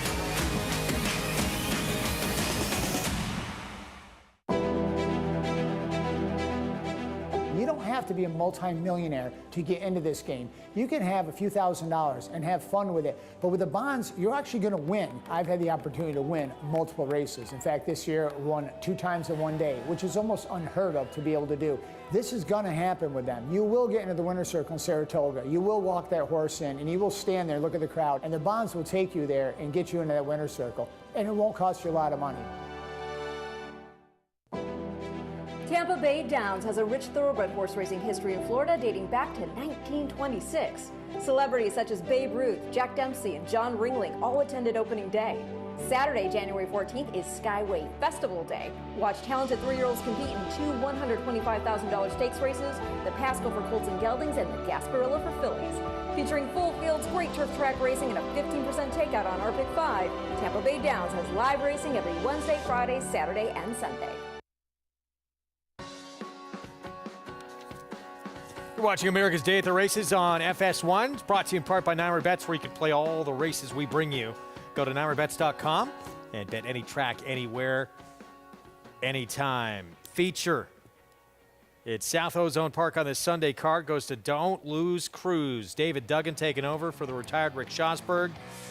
Kenner Carmouche had to deal with a different plan today from what this horse had been used to in his first 3 starts of his career. You saw it tipping up the quarter pole. Kendrick Carmouche was kind of looking for an escape hatch. He tried to see if there was a way out. There was too many horses there occupying that space. Then he said, nope, well, the rail's going to open. I got horse. Don't Lose Cruise showing a change of tactics today. Gets it done. Now 2 wins, 2 seconds from 4 starts. Honest horse that now has versatility in his back pocket. Nice run from Starquist from far back and wide on the wrong lead. But Don't Lose Cruise created his own trip by being brave. $4.70 for the win, 6-1-7 for that trifecta. Late pick 5 follow along with the nightcap remaining. And the biggest on there, race 6, Granny's Connection, that New York bred filly beating an odds-on favorite for that Chad Brown barn is going to help this late pick 5 return. And we'll get to the nightcap coming up in a moment. Some big questions with a horse coming off a long layoff for the Cobbler, who we'll talk about. Back at Oaklawn, Hartley off the bench, 4-year-old filly for the win with Kylie Jordan. Nice effort. She broke sharply, was comfortable laying second down the backstretch, quietly handled, nice hands. Kylie Jordan asked her for her best turn for home. She just kept finding. Nice run from your favorite, Shell Shock, to rally to be second, but no doubt about the winner. Hartley, much the best. Nice effort off the bench, great training job, and a nice patient ride by Kylie Jordan. $7.80, I think that was a good price, and Paul liked this filly too, Hartley, as your second choice. And it was that 3, that long shot there, getting third to help that trifecta out a bit. 6-1-3 finish. And we'll get to race 7 from Oaklawn coming up. We promised to take a look at that Busanda from yesterday on the road to the Kentucky Oaks for 3-year-old fillies. And for Chad Brown, Alpha Delta Stables reload here a little bit because they had Raging Sea, who they thought was going to be their Oaks prospect, who ran in the Breeders' Cup Juvenile Fillies. She was third in that race. She has had an injury, won't be able to make the Oaks, and now a Colt stepping up and winning the Busana to get 20 points to get into that starting gate for the first Friday in May. Yeah, Colt was dominant here. She was trying to lug in around the far turn, and you could see Dylan Davis was having a bit of difficulty with her, and he actually pulled his riding crop over his left hand and kind of got her straightened out. Now watch her through the last 16th of a mile. She has no company, and she really gears it down. Watch her ears and her stride. She just kind of puts her toes in the ground, boom, boom, boom, boom. She won with a lot left in the tank here. She just, when she got so free and clear, and this will be a better depiction of that, Dylan kept after her. Like I said, just being green around the far turn, she was definitely trying to lug in, straightened up once you get the pressure from the left-handed crop. Watch her ears now, and watch how her stride really shortens up. Not because she's tired. She didn't have any company, nothing to keep her interested at that point. If something was there to make her run faster, she was certainly capable of running faster. Well, she took a big move forward in her second start, and as you pointed out, rightly so, yeah, it looks like there's a lot more in the tank. Still, 78 by her for the win. She would need to continue to improve, but slightly raced. Long way to go until we get to that Kentucky Oaks, and Chad Brown has to like what he's seen to this point. Oh, absolutely, and for a filly that I think there is the potential for a lot of improvement, from the lugging in around the far turn to kind of pulling up when she got clear. And don't forget, these young horses, 2-year-olds turning 3 earlier, and a lot of them aren't even 3 yet. She was actually foaled in February. It's like kids in high school. They're changing, they're developing, you know, whose voice is changing, who's going through a growth spurt. They're going to continue to develop the best athlete starting high school, not necessarily the best athlete coming out of high school. We're going to get to the nightcap coming up, race 9 at Aqueduct. It's for non-winners of 2 lifetime. It is a 6-furlong sprint. And there is John's protege right now, the 3-1 favorite, dropping from a 40 non-winners of 2 race to 16 today. Manny Franco will ride. We'll have the post parade for you in the nightcap when we come back.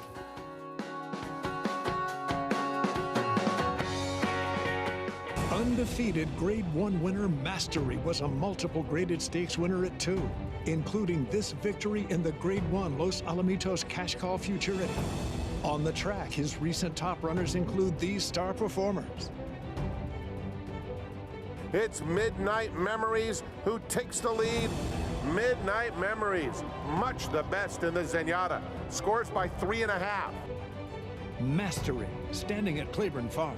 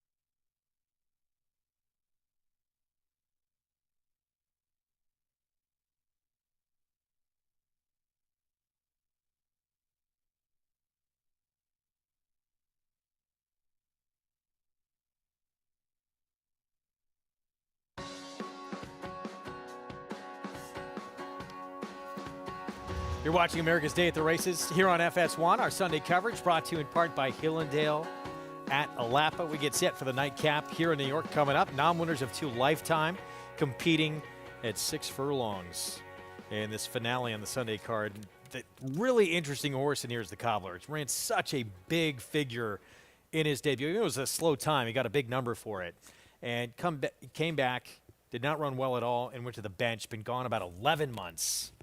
Obviously, not the same horse to come back at a low level like this. What do you make of the Cobbler? Well, there's certainly a lot of questions taking that precipitous drop in class off of, one really good effort, and then obviously something went amiss. But that was an allowance company against New York Breds, and now they don't, take a slight drop in class. They don't pass go. They go right to the bottom, basically, essentially. And coming in off of a 5 furlong work in a minute, which usually would lead you to believe, well, he's certainly working in good enough fashion. You would think. Never know how they do it, but it would seem that way. Mm-hmm. So some mixed signals with the Cobbler. 7-2 right now. We'll see if that price continues to come down in here. Long time off. Kendrick Carmouche will be aboard. We're going to head downstairs to Maggie. We'll start by talking about the Cobbler. Yes, there's questions to answer here with this horse only making his third start and well off of a layoff, 11 months nearly since we've seen him. Now, he was able to win first time out, so that always bodes well for a horse who is coming in off an extended layoff. And I remember thinking, I'm not sure if he's going to be quick enough for 6 furlongs. I'm not sure if he's all the way fit. But in the end, he was, because he is, and I said that because he is a very big, very robust horse who carries a lot of conditioning. But you can look at him. You see he's defined. So he's telling me today that he is fit. He does return wearing those front wraps, though. And it is a big drop in class, so there's reasons to be leery of him, but I can't fault him whatsoever here in the paddock. As we'll also check in with number 4, Jokemeister returns to Aqueduct. We've seen him in the past here. He is a horse that has speed, and he's also a horse that likes to get out. So watch how he is running. And I think, he might have a bit more success if he would run straight. He always does wear that sort of corrective equipment with the Houghton bit and the figure 8. But overall, he just looks okay here. If anything, Greg, the Cobbler does look best in this field. Well, positive sign there. Coming off the long layoff for the Cobbler. Third choice on the board right now at 4-1. We'll see what he can give his connections. Off 11 months away. Post-parade coming up. It's John's protege, the 3 favorite right now. Another one who's taking not as big a drop as the Cobbler, but he's dropping as well. Here he is. So coming back for the first time since February 26th of last year, the Cobbler. he runs to his debut. He's just the best horse in this field, but there are a lot of questions. Here's John's protege. He broke his maiden at Aqueduct December 9th. Get the hot ride in Manny Franco from Mike Maselli, who was a terrific jockey before he became a terrific trainer. This horse is quick here. Has Dylan Davis, Jokemeister. See, now, if you're other riders, you've got to know Jokemeister's habits and know that he has a propensity to drift out. Put yourself in a position to get through on him. Ginzu Warrior, he'd like to see a lot of speed up front. He would. Deep closer type is going to have to stay a little more in touch than Starquist did in the last race. Wow, this horse was 12-1 morning line. I had a lot to like with Taco Bean, taking a lot of money at 3-1. Yeah, he finally gets a lot of class relief here, Taco Bean. I'm surprised he's at shorter price too, but I thought there was a lot to like as well, Greg. 38-1 on a horse showed brief speed at this condition, then backed up last start. That's the 7. Here's the 8, though. He's got a short fuse. Yeah, another horse that's 1 for 13 lifetime, but's got a couple races that'd certainly be good enough to get a piece of this. Centavo, 34-1. It feels like he would just have to find a race we haven't seen in a while. And the 10 Maddie's Marauder, interesting races at Saratoga, Belmont at Aqueduct before he struggled a bit last time out. Yeah, but he actually finished with some interest, and Dave Donk is a trainer. When his barn starts going good, you got to pay attention to everything he puts on the track. There's that 7 we talked about, showed some brief speed. Blinkers come off today for Bruce Grossman, the trainer. He's a huge price. So that's your field. 2 minutes away from this nightcap here in New York. Let's go to Jonathan for more on this one right here, the 10 Maddie's Marauder. What do you like, JK? Yeah, I'm going to go to the outside, the 10 Maddie's Marauder. I'll quickly tell you, the 1 and the 3, it's the inconsistency. The drop on the cobbler is a little bit concerning. The 3, John's protege, ran poorly last time. If they run to their best of their ability, then one of those 2 is going to win. But I don't trust them to do that. So I'm going to go with the 10 Maddie's Marauder, who's drawn towards the outside. This horse has, if you look at the 2 races prior, not quite as fast as those top 2 that I mentioned, but it's close enough. If one of them doesn't show up or both of them don't show up, Maddie's Marauder's previous 2 races can win. The problem is the last race, the figure was a little bit slower, but was a lot of trouble. Had some trouble in there, got steadied pretty badly. That was the first off of a little bit of a break. I'd expect that horse to take another step forward, drawn towards the outside, in the clear. I like the 10 Maddie's Marauder in here because of the price, but also because I don't trust the top 2 horses. Like I said, if they show up and run their race, one of them will win. But there's a lot of reasons as to why they won't do that. Yeah, the nature of this condition, this non-winners of 2, it is inconsistency. And a lot of question marks with everyone, usually. Yeah. And listen, when we talk about the claiming game, it's, people are trying to represent their hand as weak when it's strong and strong when it's weak. I think a lot of that has kind of been changed because of the fact that if a horse doesn't pass a veterinary examination after the race, they'll void the claim. We thought Taco Bean, the 6, interesting. Apparently the public does as well. This one taking a drop as well with more. Let's go to Maggie. I like Taco Bean in here. Like I said, I like the cobbler, but there were so many intangibles that I just kind of was like, I'll let him beat me. But like I said, I could not fault anything about him as he comes back. But Taco Bean, as you guys mentioned, serious drop in class, facing the weakest field that he's ever faced, arguably in his entire life, and looks better than what I've seen from him in the past. Has improved coat. He was sharp but controlled in here. Just him and the cobbler looked best in this field, and I feel like given the scenario, that Taco Bean just feels a bit more trustworthy. Look, I picked Jesus Romero's horse earlier. I think he's still running. I'm gonna give another shot here in this nightcap, Greg. All right, Maggie, thanks. Yeah, the 6 Taco Bean. Did not expect 7-2, but, I mean, this horse has faced a lot tougher company. 2 back today's Flavor. Got beat by that horse, has won 3 in a row. Ran a 93 buyer in his last performance. Warriors Revenge was in that race, who came back to win with an 84 buyer in early January. This horse has faced some good company. I think that the drop-in class is, what attracted me here. Gets Maddie over, whose horses have run well for Maddie.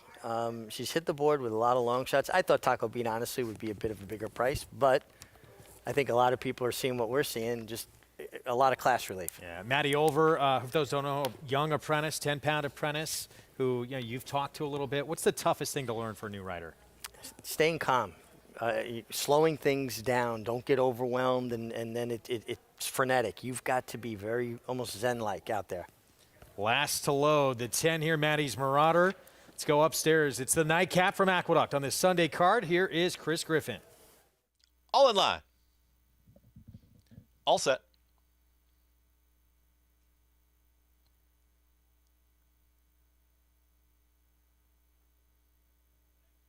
Look to be set, but working with the cobbler right now. Riders off.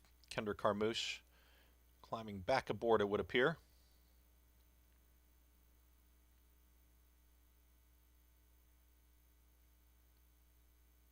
And they're going to back the one out. So the cobbler has been backed out. Kendra Carmouche climbs back aboard. Reloads. All set. And they're off. From in between horses, there is Hudson Overpass. Jokemeister's in the early mix as well. It's going to be Jokemeister with a head in front.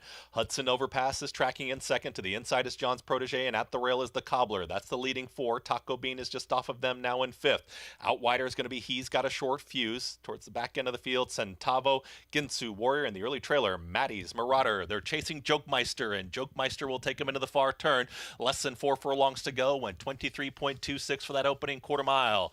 Jokemeister is going to try and take him all the way. Now up into second. Here comes John's Protege is in pursuit. The Cobbler is tightly at the rail. Hudson Overpass. It's a wide run here for Taco Bean, who is ranging up on the outside from fifth. And behind them, He's Got a Short Fuse. At the rail, there is Ginsu Warrior. The two at the back, Maddie's Marauder and Centavo is the trailer. Less than a quarter mile to go. Jokemeister kicks for home. The Cobbler is in pursuit down towards the inside. John's Protege is right there as well as they approach a final furlong. It is still Jokemeister in front. The Cobbler is bearing down to the inside. Jokemeister and the Cobbler between these two for a final 16th. Jokemeister is almost there. The Cobbler is gaining with every stride. Jokemeister is still in front. Jokemeister with a head lead. Jokemeister, the Cobbler in a tight photo. It's a very tight photo there at the finish. The Cobbler just made that push. It's between Jokemeister and the Cobbler for the win. Final running time was 1 minute 13.31. It's a photo in the 9th. Final jump before the wire. We slow it down. This got very, very tight. Thought the 4 may have held on, but I'm not sure. I think the Cobbler got the best of the bob, but I think the 4 Jokemeister may have just held on anyway. And keep an eye at the wire. It's where the noses are at the wire. Get outside. Tough. You know what could be the difference? Is that the outside horse, Jokemeister, had a nose like Jimmy Durante. He just had a much longer nose than the Cobbler. 9-2 or 3-1. So 9-2 outside. The Cobbler off this long layoff on the fence. This is tight. And I think the outside got the bob. I'm with you. Well, and got the unofficially, nod, I would say the bob. It has been put up. Yeah, Jokemeister with the win here. So Dylan Davis, and good for him. That would have been a really tough beat. Ran such a good race. And the horse was difficult. Dylan did a really good job of keeping Jokemeister straight. I could see around the far turn. He was trying to get out with him. He drifted enough to allow the Cobbler room. Cobbler wasn't very sharp out of the gate, had to kind of sit that pocket trip.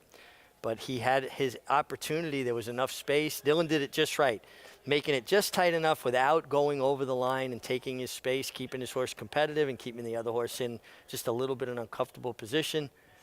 But I really think it was all down to the fact that the Jokemeister just had a longer nose. And, you know, you talked about it at Oaklawn. These horses shipping in from all over. We see a horse here in New York coming in from Parks. He'd been in New York before, but last 3 starts in Pennsylvania, comes in, gets the win. Yeah, and another horse dropping to pretty much, well, he did run from maiden 16 in the past, but speed is always dangerous, and you got it done. 7th at Oaklawn. It's a mile and a 16th. This condition, non-winners of 2 life as well. Let's go to Paula Duca. Yeah, another tough condition here, Greg. And when you look at the tote board, it's a little bit all over the place. You know, I was mentioning a horse that I was going to single. It was for Joe Sharp.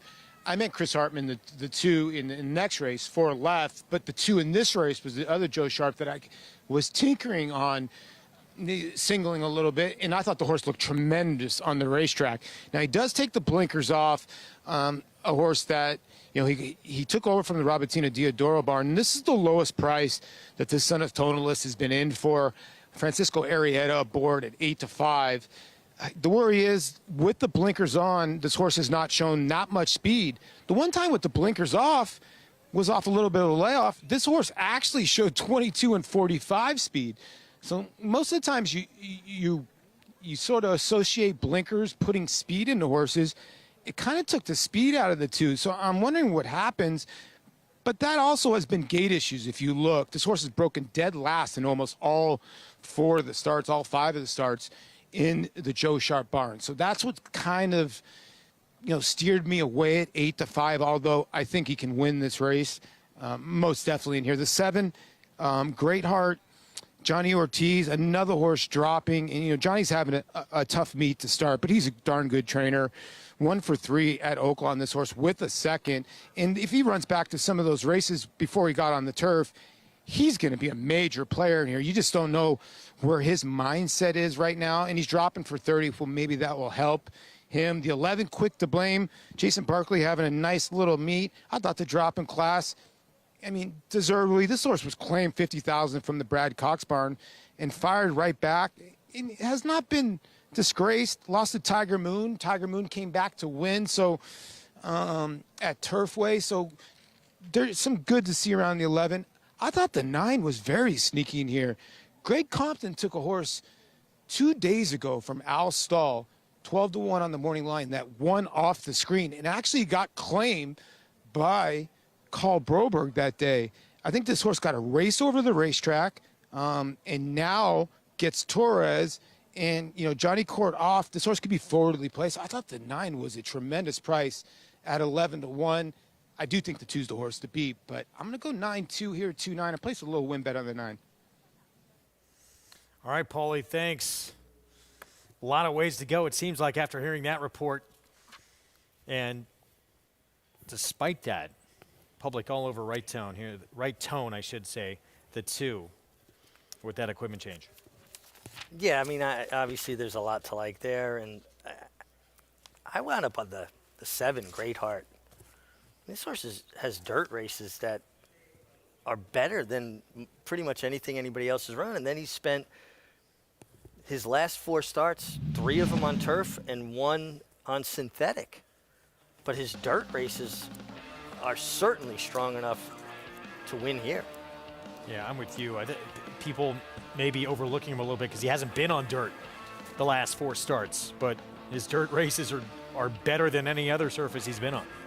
Yeah, and here he is winning at Oaklawn, going a mile. I just think he's going to sit a decent trip, stalking from the outside, getting back on his preferred surface.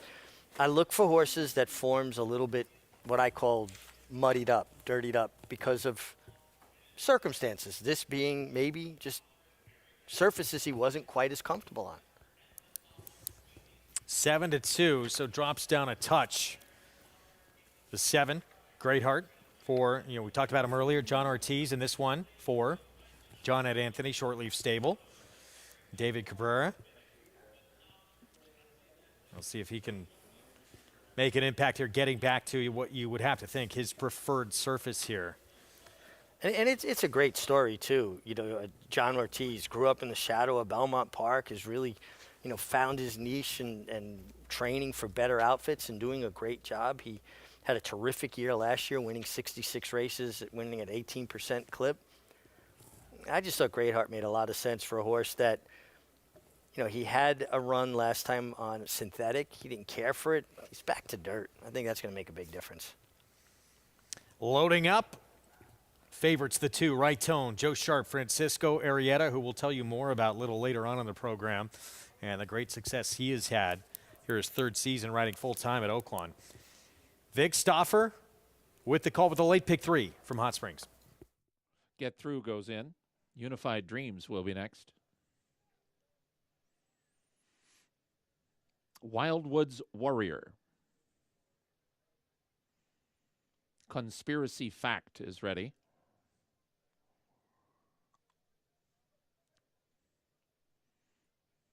The last horse to load is Quick to Blame.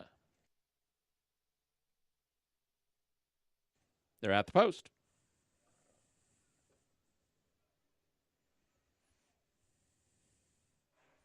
They're off. Wildwoods Warrior and Mr. Creed shows speed. Conspiracy Fact, Unified Dreams, and Chrome's right at the rail.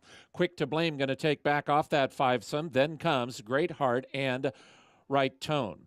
Get Through is next, then Shinnecock Hills, and the trailer is Quality Run. Conspiracy Fact clears off at the clubhouse turn, and he leads by a length over Unified Dreams.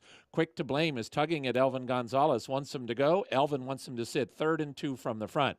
Then comes Wildwoods Warrior and Mr. Creed. Another 3 back to Great Heart and Chrome's Right. They're about 6 off the lead, and 2 in front of Right Tone and Shinnecock Hills.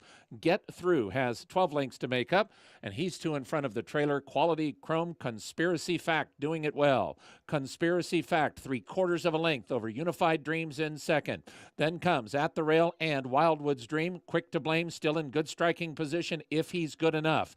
Mr. Creed just inside of him. 3 back to Great Heart, who moves forward. And here's Great Heart moving nicely in the short leaf yellow and brown. 4 lengths further back to Right Tone, who is beginning to unwind. Many chances top of the stretch. Conspiracy Fact. Great Heart continues to close. He's 4 wide outside of Quick to Blame, and between horses Unified Dreams. They come to the top of the stretch, and here's Unified Dreams to put ahead in front. Conspiracy Fact drops back. So does Quick to Blame. Here are the stretch runners coming on, and one of them is in the center, Right Tone with Great Heart. These 2 now emerge. Great Heart and Right Tone. 2 back to Wildwoods Warrior. Great Heart, Right Tone. Great Heart a half ahead. Right Tone trying to go in with him, but Great Heart is inching just clear. Right Tone, Great Heart in front.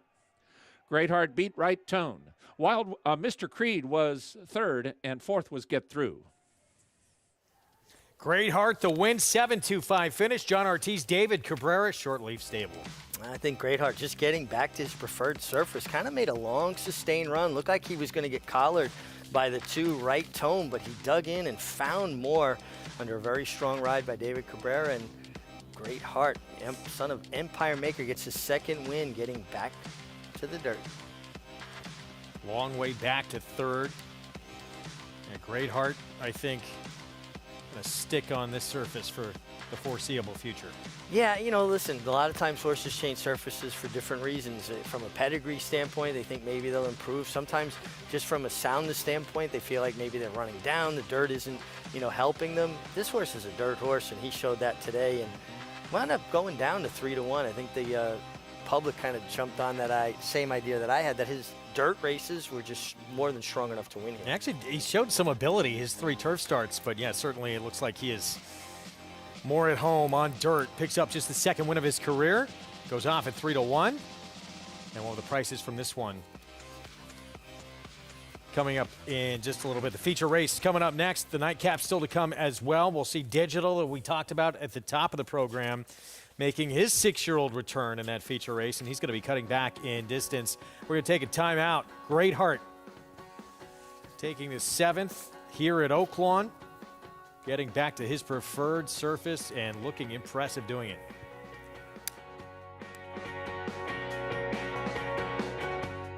Introducing a stallion, as top class as they come. In 22 career starts, he won or placed in 12 graded stakes, competing in 15 grade ones, earning over $1.7 million.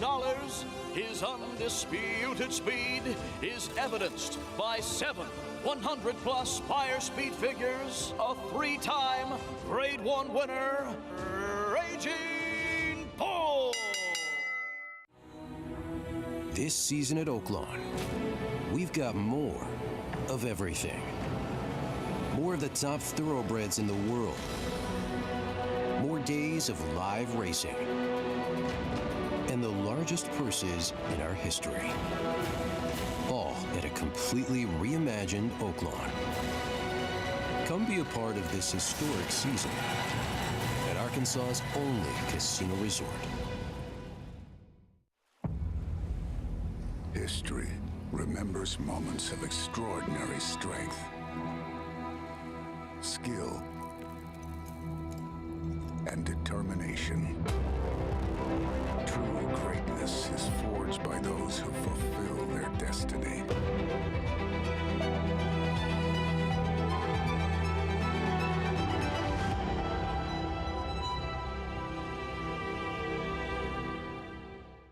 Racetrack Television Network brings you every race, from every track, on every screen, every day. With monthly packages starting as low as $5, RTN gives you great value and access to more live HD streaming and race replays than anyone. Visit RTN.tv today to sign up and watch on almost any device, including Roku and Amazon Fire. RTN has packages that start at $5 per month.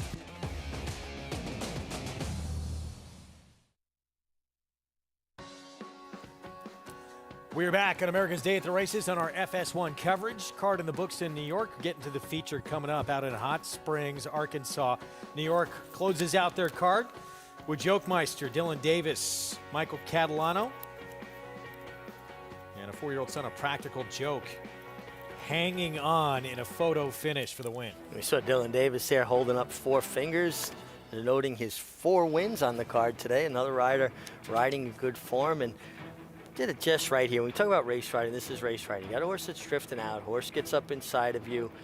You don't have the right to come back and take that ground, but you want to put your horse close to that horse, make them feel a little bit claustrophobic, and keep your horse engaged. And he, just a very long-nosed horse there. He's got a bigger head than the other horse, and it's about whose nose is on the line first. Neck out at the right time. Absolutely, and you can see what I'm talking about. Dylan's outside rein is kind of dropped and loose, because he's still got pressure on that inside rein, trying to keep him straight and close to the one horse, the Cobbler, who ran extremely well off the layoff.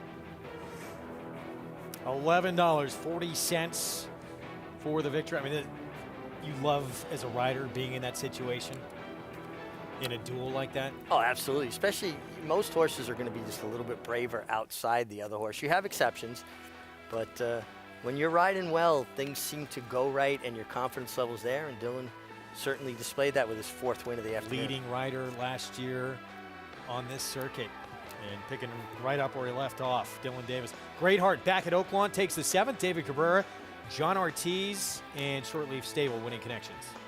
Yeah, nice run from him getting back to the dirt. Greatheart at 8:20 for those familiar Shortleaf Stable colors. All right, we'll get to their feature race coming up. We go to Tampa Bay Downs in Oldsmar, Florida, and we've been bringing you their 9th on the turf for the last few days on our program. This is one of the most competitive betting races I have ever seen. Mile and a 16th on the lawn. The rail's out 30 feet, by the way, and a first allowance condition race with a favorite, and the board reflects how competitive this is. The 9 sensitivity, 7-2 favorite, the 10 at that same price, 5 at that same price as well. Yeah, kind of went against what one of my principles of watching races and handicapping, and I'm not as crazy about outside posts and turf racing, but in this particular race, I'm all about the 8s outside, 8, 9, 10. Well, they start from the chute here at Tampa at a mile and a 16th, and they'll make that slight left-hand turn pretty early on and still have 2 turns to negotiate. Doesn't sensitivity kind of fit the bill we were just talking about with Greatheart at Oaklawn? Her 3 turf races are all good from a speed figure standpoint. She broke her maiden on debut, and she ran on synthetic last time and wasn't as good a race, and maybe that makes her less attractive. I mean, I like her. I think her turf races are all good enough to win here. Yeah, she's been very effective when she's been forward in here. Is she going to be able to be the one in front? She's going to be forward. I think the 5 standoff maybe has a bit more natural speed. What about Anador? And all of her races are good too on the turf.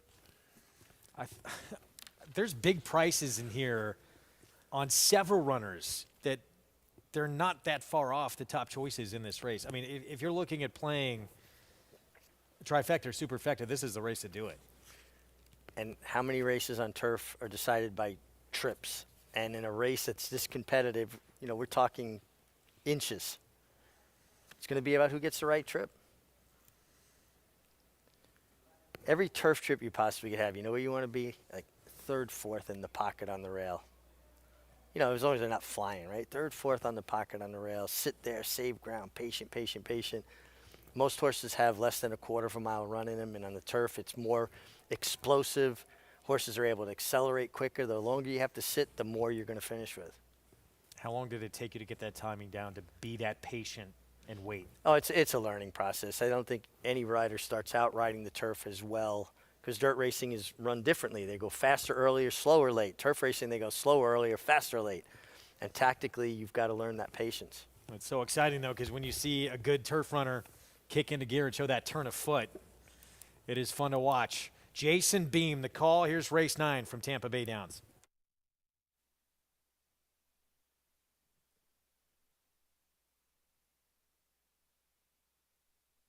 Bikini Baby backed away there.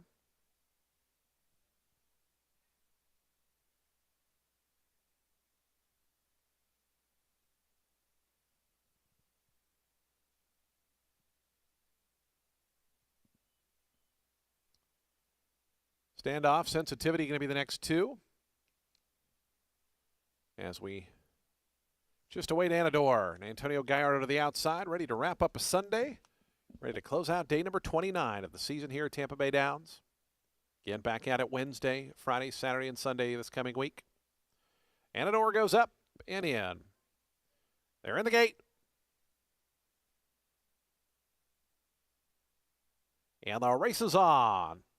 Little bumping for Jeff's Angel down toward the inside. Freedom Rose got away in good order. Memphis Showboat is close up, and Dinah's Honor down toward the inside. Might be quickest of all. Dinah's Honor, Freedom Rose, those two.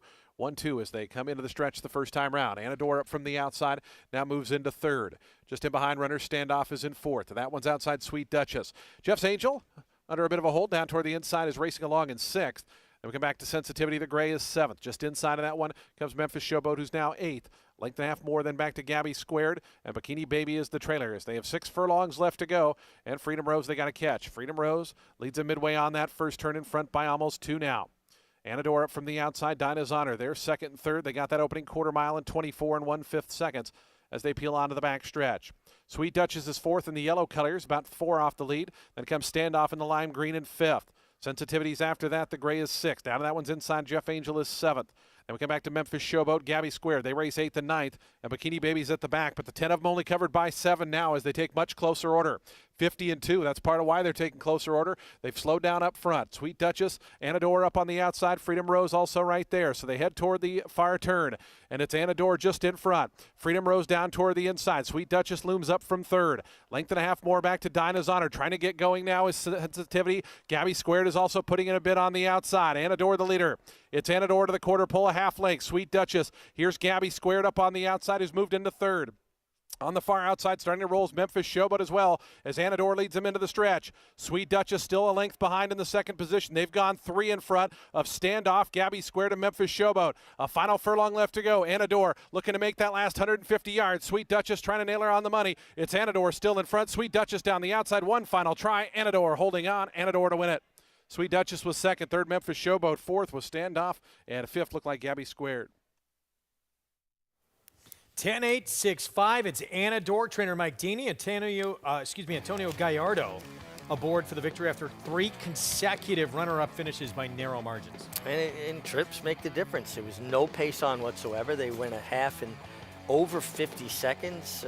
Antonio Gallardo allowed Anador to kind of pull him up onto the pace. He got first run on the 8 Sweet Duchess, who had dead aim, but it's hard to get by a horse that's finishing as fast as they were finishing after very slow early fractions. Anador just 1 for 13 on the turf coming in. Gallardo had him in good position, and picks up win number 2 in 14 tries on the lawn.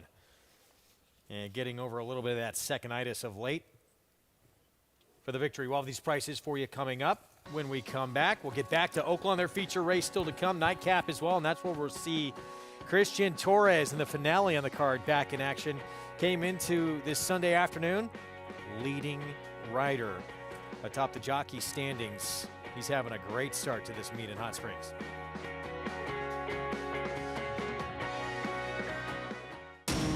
Every hair, every muscle, every contour, every pulse. In the juvenile. Essential Quality have won. In the Belmont. Essential Quality has won the Belmont Stakes.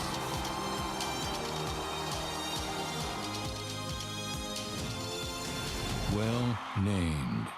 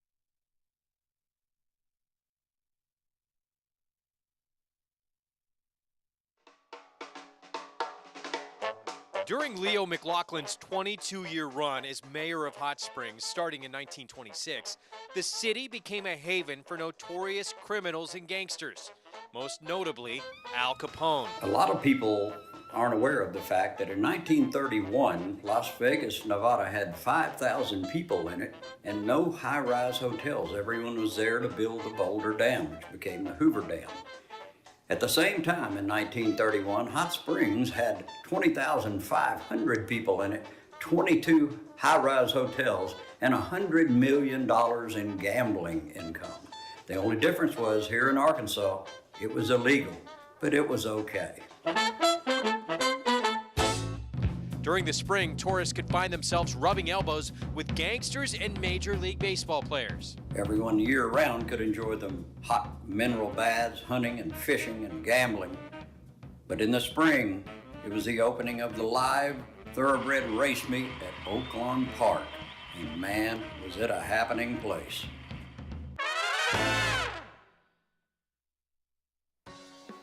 Look at the crowds in those stands. It was Vegas before Vegas was Vegas. It's great. What a history, sense of history in the town too.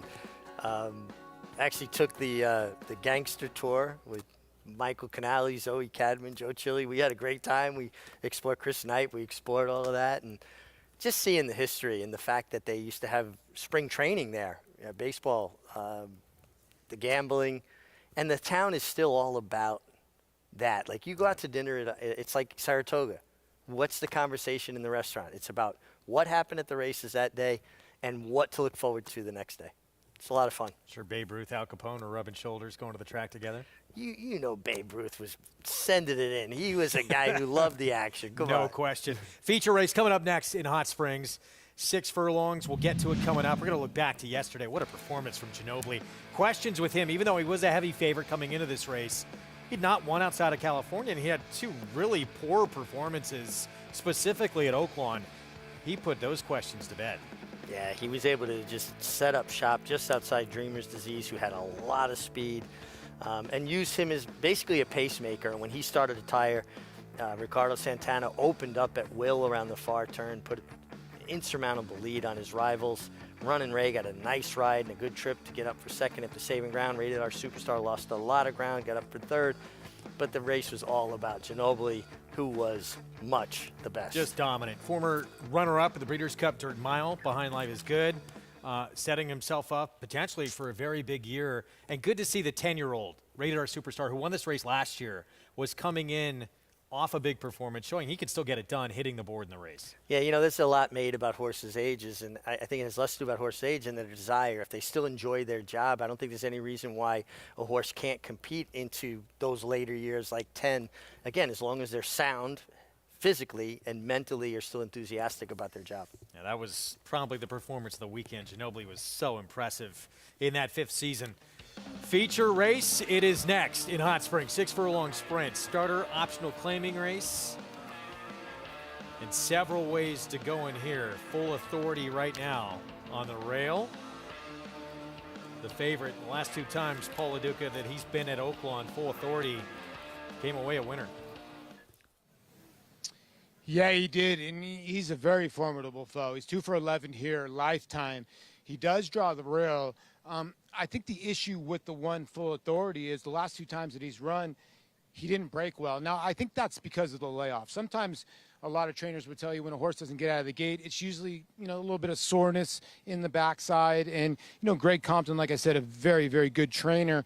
And he's given this horse some time since July. And maybe she blasts out of there or he blasts out of there.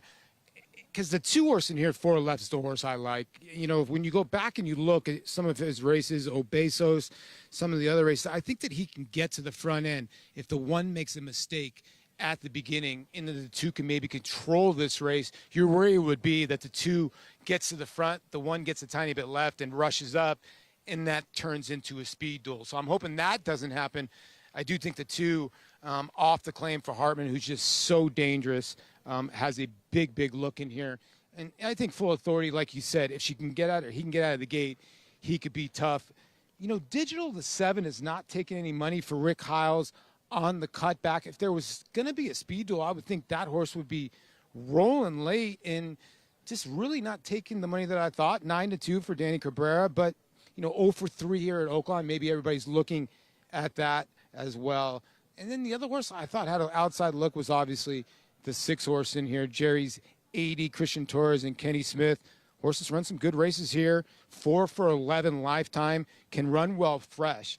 But my hopes are on the 2, 4 left in here to get to the front end and hopefully can outquick Full Authority early, because that's my single in this race to my pick 5 here, Wolfie. All right, Paulie, good luck. Yeah, the 2, 4 left. He's quick. He's very quick, but the last 2 starts, and they have been off tracks. Sloppy track, muddy track at Churchill and Oaklawn. He's nowhere near the front. No, and I think he's better when he is well. Maybe he just didn't care for the moisture in the racetrack. You got to say, Nick Warr has gotten off to a nice start at Oaklawn Park. Not an easy thing to do, to start riding in a new jurisdiction. You don't know the other riders as well, their habits. You don't know all the horsemen. Now, he's got great representation in Gary Stevens that's going to get inroads. But then you've got to, get comfortable in the jocks room, the routine with the other riders. And he just settled in right away. I mean, I think he's done a terrific job. Well, we talked about Full Authority. He's been off since July 2nd for Greg Compton, the 1 horse. And the last 2 times he's been at Oaklawn, he was a winner. One of those in the slop in a race that we're going to show you. This was back on April 16th. He has some speed, but he can be tactical and be effective as well. And that's probably what he's going to have to do today. Yeah, which is difficult from the inside. You don't want to, run the risk of getting shuffled back. But one thing about it, and it looked like he was beaten here. He fought back for this. The horse on the outside had all the momentum, 7 Nation Army, and he just kept fighting for it and refused to lose. And he seems to run very well for John Court, who's back in the tack today. 61-year-old John Court still going strong. Favorite becomes the one Paul is single to in his pick 5. That's 4 left. Chris Hartman off the claim. Let's go back to Paulie now. Yeah, guys, I just wanted to expand, obviously, me being a baseball nut and obviously playing baseball. It was truly amazing, that story that we ran. Great job by our crew that's gone on here at Oaklawn. And I was more intrigued because I got to know Buck O'Neil.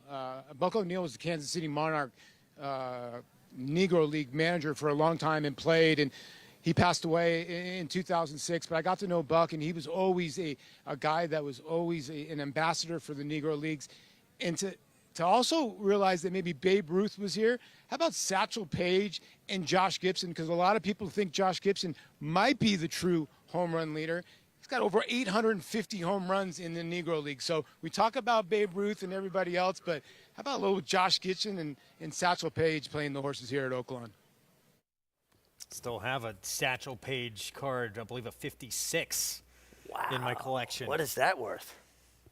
Have to look it up.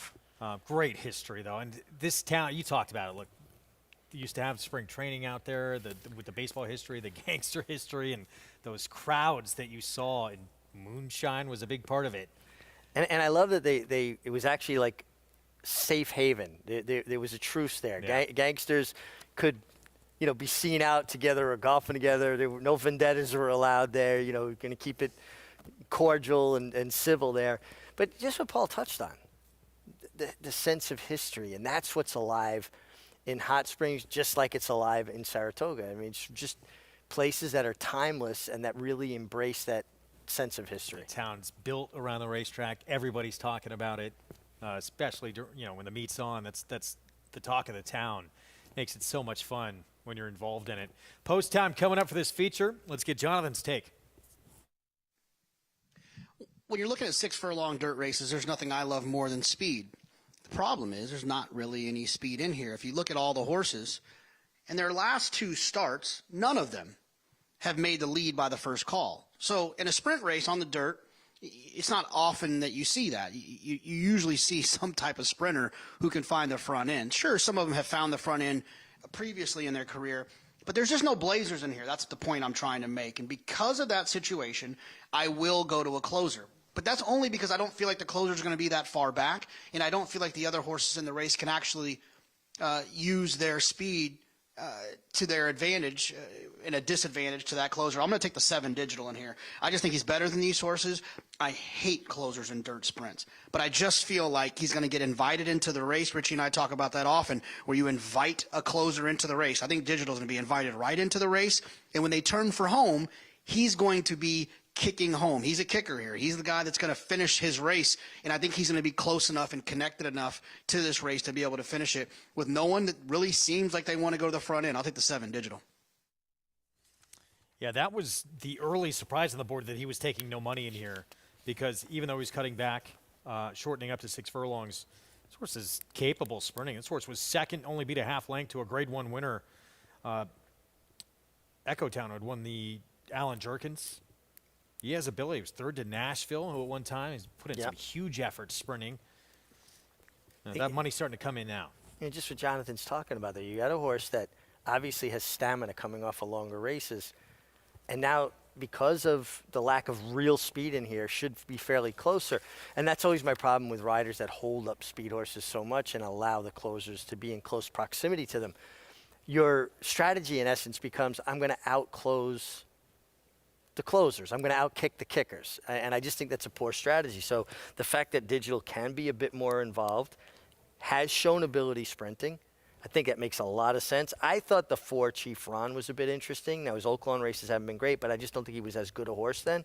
And he's a horse that can lay up fairly close at times.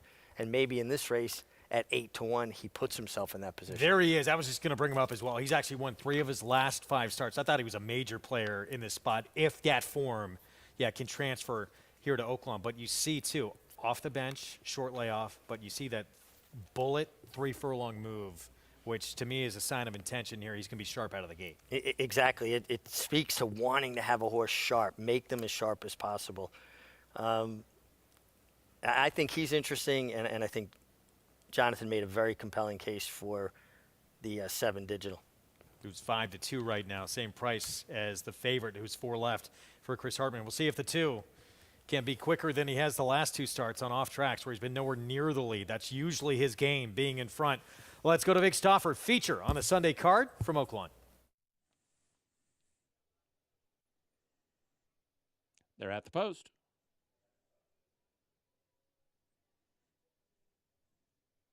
They're off. 4 left and Full Authority break well. Deflator, Jerry Zadie, and Ribbons and Medals are close up. So is Chief Ron. Then comes Whiskey Double in the trailer. Now Chief Ron drops back. His spot taken by Digital. So up the backstretch with 4 left and Full Authority, and they are matching strides. Full Authority inside, 4 left outside. They're 2 lengths clear of Ribbons and Medals and Deflator. Another 2.5 back to Digital, who begins to unwind. He's 5th now in the green and about 6 from the front.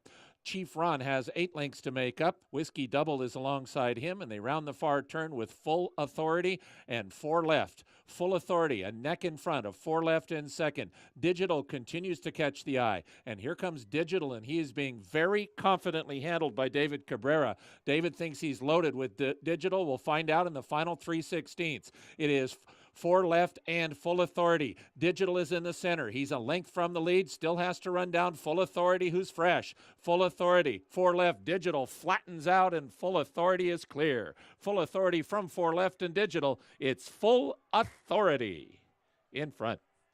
Full Authority beat 4 left. Digital was 3rd. Chief Ron 4th. Full Authority with the victory. He's now won his last 3 starts at Oaklawn, off since July 2nd. It's a good performance off the bench for trainer Greg Compton. Real nice performance, real nice ride by the ageless wonder, John Court. This horse was able to hold that inside rail position, never allowed the 2-4 left to be able to take the racetrack away from him. Was nice, patiently handled. You could see that John Court had plenty of horse underneath him as he turned for home, asked him for his best, and Full Authority won with Full Authority. 3-1. He was a favorite at one point. Winds up clear-cut second choice in here. 1-2-7-4. 4-horse Chief Ron.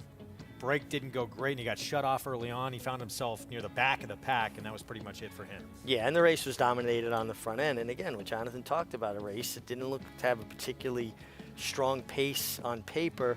And they went legitimate. I think both the winner and runner-up ran well. Digital Looked like he was poised to make a big run in the stretch, kind of flattened out late, but it was a 1-2 number around the racetrack, and it was that way, 1 and 2. In his 60s and still regularly winning races, John Court. Just amazing story. It's remarkable, and he still has that leg strength we talk about. It's one of the first things you see really deteriorate on a rider, and I don't see that. And he doesn't ride as much as he once did, but he's still extremely capable when given a horse that has ability. Wins on a 6-year-old son of Summerfront here, and again for Full Authority, even though we hadn't seen him since July 2nd. Long layoff. Last 3 times he's been at Oaklawn, he's gotten his picture taken. We're going to take a timeout. We'll be back when we return. The story of young up-and-coming Francisco Arrieta, who at Oaklawn looks like he has arrived in his very short time there. We'll be back with more America's Day at the Races right after this.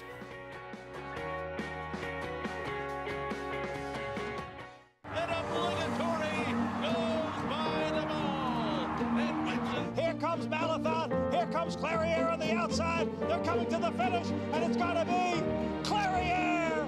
Nest, much the best. She won by better than 10 lengths. Cody's Wish on the outside. Cody's Wish with the upset in the Fargo. Malathaat grabs the lead in deep stretch, and Malathaat has won the Personal Ensign Stakes. Curlin, the classic sire. Who you betting on? How about an app created specifically for horse racing? Nairo Bets. We specialize in thundering hooves, fist pumping, and boosting your bankroll with robust weekly promotions. And offer betting tips from actual horse racing experts. Bet all day and night, nationwide. Get the action and thrill of horse racing with Nairo Bets.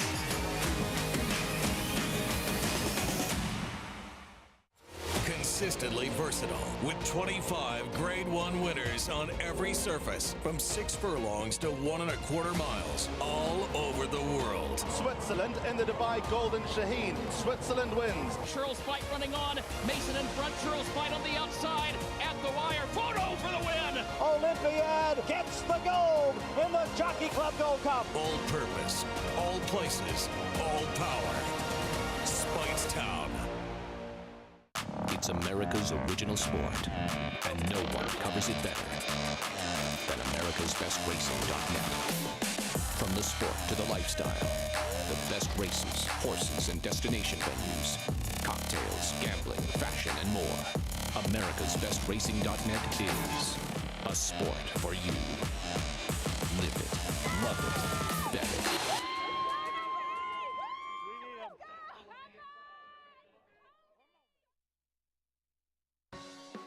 Thanks for being with us on this Sunday afternoon. Our FS1 coverage of America's Day at the Races brought to you in part by America's Best Racing. For the love of the race, visit americasbestracing.net today. Feature out in Hot Springs, Full Authority, ready to fire off the layoff with the ageless wonder, John Court, still going strong in his 60s here with a victory here. And Greg Compton, trainer, had this horse ready to roll off the bench. Let's go to Paul LaDuca for more. I'm with the winning jockey here, Johnny Court, and the bell just rang. That means we get some money for the Thoroughbred Aftercare. And congratulations here, Johnny. You know, when the 2 broke sharp, were you thinking about taking out of there for a split second? I did.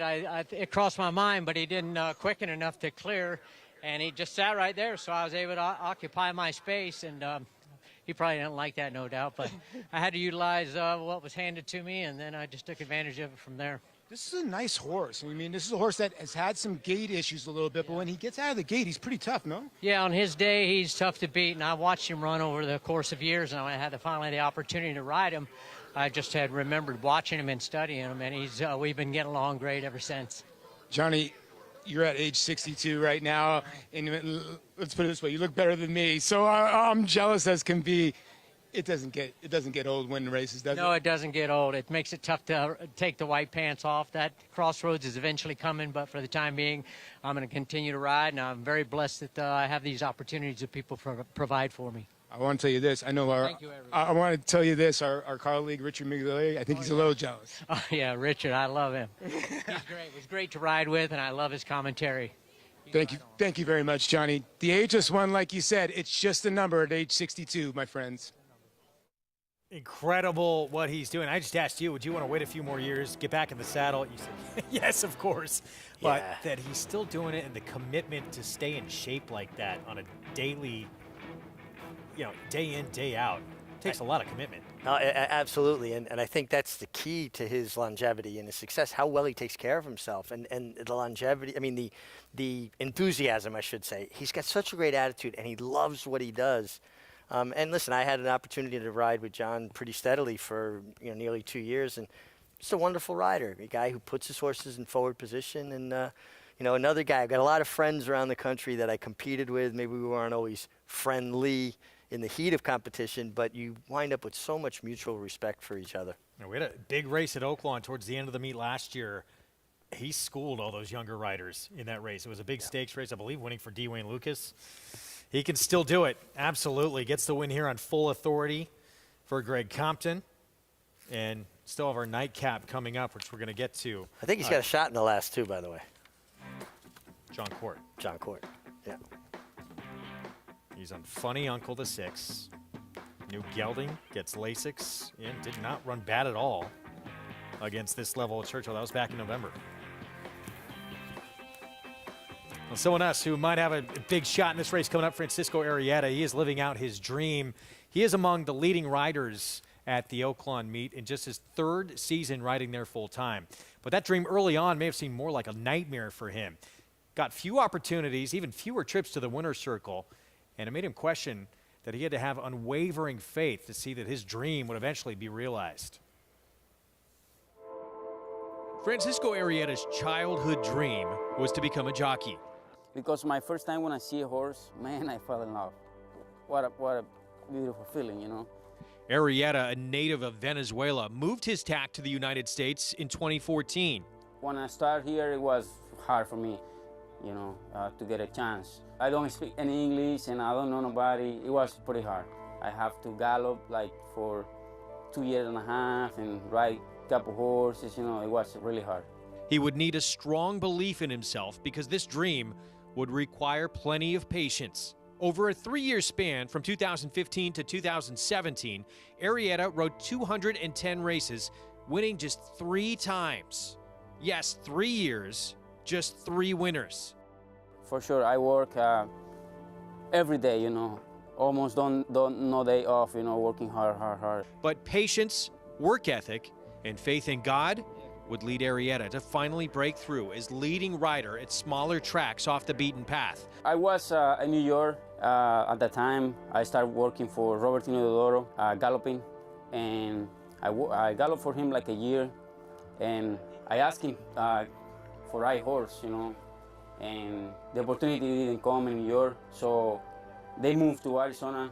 So I asked him to give me the opportunity. So finally I moved with my family to Arizona and started riding over there. And that was unbelievable after that.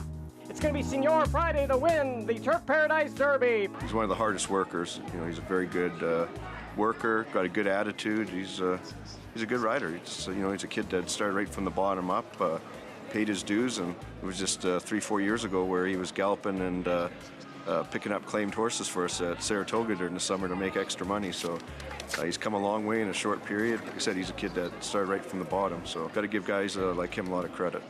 Then Arrieta came to Oaklawn for the first time in 2021, and he won 50 races, finishing 3rd in the jockey standings. On the year, Arrieta's mounts earned $5.5 million, compared to $62,000 just 4 years earlier. I like Arkansas. It's a nice place, nice people around here. I used to be happy to be here, and it's not hard to ride in this racetrack, it's easy. He also recorded his first Oaklawn Stakes victory in The Bachelor aboard Jackson Traveler for Hall of Fame trainer Steve Asmussen. Well, I just remember that was a nice horse. He just break and go to the lead. That was an easy winner, nice horse. Jackson Traveler beat the gate and beats the Bachelor. Jackson Traveler in front. For the boy who started riding in Venezuela at age 16, it's been a long, winding 16-year journey. About 4 or 5 years, I was, Mom, I want to be a rider. She said, no. I told her, let me be a rider. I want to be a champion, Don't worry about it. It took me 10 years to win my first title, leading rider.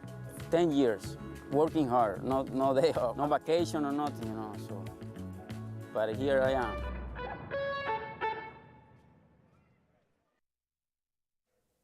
His persistence, Francisco Arrieta, has paid off. He's had great success at this meet, and he's right in the mix again.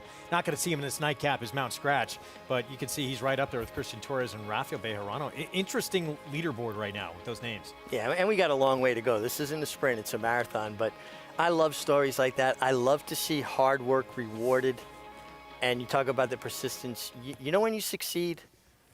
When you want to succeed as bad as you want to breathe, that's when you realize success, that you can't live without, and that's when you give everything to it. It's the difference between bacon and eggs. The chicken's involved, the pig's committed. You got to commit to it. Came across in that piece how truly Absolutely. committed that young man is. Got the nightcap still coming up at Oaklawn, 6 furlong sprint, maiden claiming race to close out the card. Get to the post parade coming up in just a little bit. And one of the more wide open divisions with the Eclipse Awards on the horizon. Who's going to be crowned champion 3-year-old? Epicenter.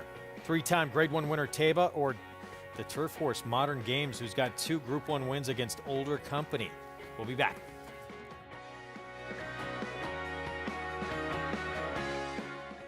This proven son of Giants Causeway has sired 7 millionaires. With over 10% stakes performers, his recent top runners include Tarabi, placed in the Grade 1 Spinaway and Breeders' Cup Juvenile Fillies, Grade 2 winner Plum Ali, plus these standout performers. It's a Bushido coming down to the wire in the Ontario Racing Stakes has run them ragged. A proven value sire, First Samurai, standing at Claiborne Farm.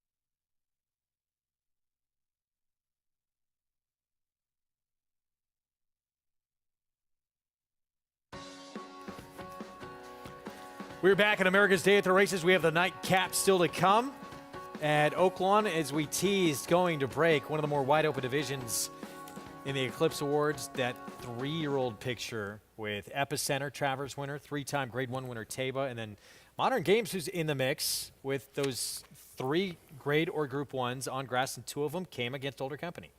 Yeah, but I think there's a category for that, and that's Turf Horse. So I would take him out of the equation. And to me, it comes down to Epicenter and Teba. I prefer Epicenter. I feel like his resume was consistently a bit stronger all year. Now, I know the argument we made, Teba's won more Grade 1s, but I would put more weight in Epicenter's second-place finish in the Derby over Teba's win in the Malibu. I would put more weight on his second in the Preakness to his win in the Jersey Derby even. I mean, in the Pennsylvania Derby. And I thought over the summer, he showed to me in his efforts in the Jim Dandy and then his lone Grade 1 victory, which, listen, you want to go for Teba, surely on Grade 1s, fine. I thought that clearly showed he was head of the class to me. He was the most consistent and best 3-year-old up through the Travers, where that was really his breakout coming-of-age performance. And I think it should mean something. I don't know if it's going to, if voters will have it have a lot of credence that he was the runner-up of the Derby, because he did get beat by the second biggest long shot in the history of the race. Sure. But that's a big question, and how much will voters give credit to Taiba for a Malibu that was not the toughest field, but it was a Grade 1 win? Well, it just seems to me Grade 1s have become very subjective. They've taken grading away from races that I feel are strong enough to maintain their Grade 1. Other races that aren't living up to the hype still being Grade 1s. I look at the overall body of work, and to me, Epicenter's overall body of work was a bit stronger. It's a shame we're not going to see them compete as 4-year-olds because Epicenter was injured in the Breeders' Cup Classic. Glad that he's going to be, a stallion, and we're going to get to see little Epicenters. But to me, I preferred Epicenter. I thought his overall resume was a bit stronger. All right, let's hear from Jonathan Kinchen. JK, make the case for Taiba. I can't really make the case for Taiba. I do think Epicenter deserves to be the champion 3-year-old. There's a couple of races that matter a little bit more than the others. The Kentucky Derby, the Travers, the other Triple Crown races, the Preakness, and the Belmont. Epicenter performed better in all of those situations that he was involved in. But Taiba, does deserve a lot of credit for what he accomplished. Right? He ran. I love the Malibu. I'm never going to knock any horse for running well in the Malibu. I think it's a really cool race. But also, he did run well in the Pennsylvania Derby. He got the win there for a Grade 1. Then he also got the Santa Anita Derby. But those aren't the meat of the 3-year-old year. And that's why I have absolutely no problem with anyone who wants to play or pick or vote for Epicenter. And I will say this. To Richie's point, it's very unfortunate that we're not going to have Epicenter next year as a 4-year-old, because it would have been an absolute war between those two horses moving forward as 4-year-olds throughout the next year. Unfortunately, we won't get to see Epicenter doing that, but we will get to see Taiba. Taiba's got a lot to be proud of, but don't worry if you don't win that little trophy. Jonathan, do you think he gets any credit for that, for a third-place finish against older company in the Classic? No, not necessarily. I mean, it's. I think if you start reaching for what, third place finishes and how they are involved in your equation and who should vote, like I said earlier at the top, there's a couple of 3-year-old races that matter more than the other ones. I know they all have Grade 1s next to them that we're talking about, but if you run well in the Kentucky Derby or you win the Travers, that carries a little bit more weight than a race like the Pennsylvania Derby, the Jim Dandy even. But, it's those are the races that are most important on this 3-year-old year. Epicenter showed up in those races and ran extremely well. You got to give him credit for that. He also ran extremely well in the Preakness. So to me, it's not really even that close. I think Epicenter should be the champion 3-year-old. But Taiba is going to be heard from this year, and maybe he'll have a championship in his name this year, but it might be the big one. Yes, so he's going to be fun to watch coming back. And yet, Epicenter, obviously, sort of that unofficial fourth leg of the Triple Crown win with that Travers. As important as that race is, that was a huge, huge thing to have on the resume. Absolutely. And listen, I don't mean any disrespect to Taiba whatsoever. I think he's a phenomenal racehorse. When I look at the two campaigns side by side, I think that Epicenter was a bit more consistent and had a bit longer of a campaign. That's my opinion. Yeah. Well, let's keep in mind, too. I mean, Taiba had to be rushed. He went into the Kentucky Derby at third start of his career. Absolutely, which would have been completely unheard of years ago. Still got the nightcap coming up at Oaklawn. Again, race 9, 6-furlong sprint, $75,000 maiden claiming group. Favorite right now is the 9, Permafrost. Steve Asmussen, Ricardo Santana Jr., horse who dropped into this level last start, was second, beat 2 lengths. That was a Churchill. There's the 9 on your screen. Son of Frosted. 9-5 right now. Yeah. Turning back again in distance, but comes off a good effort. All right, so we kick things off, though. Missing curfew, Christian Torres, Robertino Diodoro, and showed speed against a little better company last start. Yeah, showed speed. Now gets Lasix, blinkers, and Christian Torres, your leading rider from the inside. Pro Charger took no money. First time out, even bigger price, start number 2.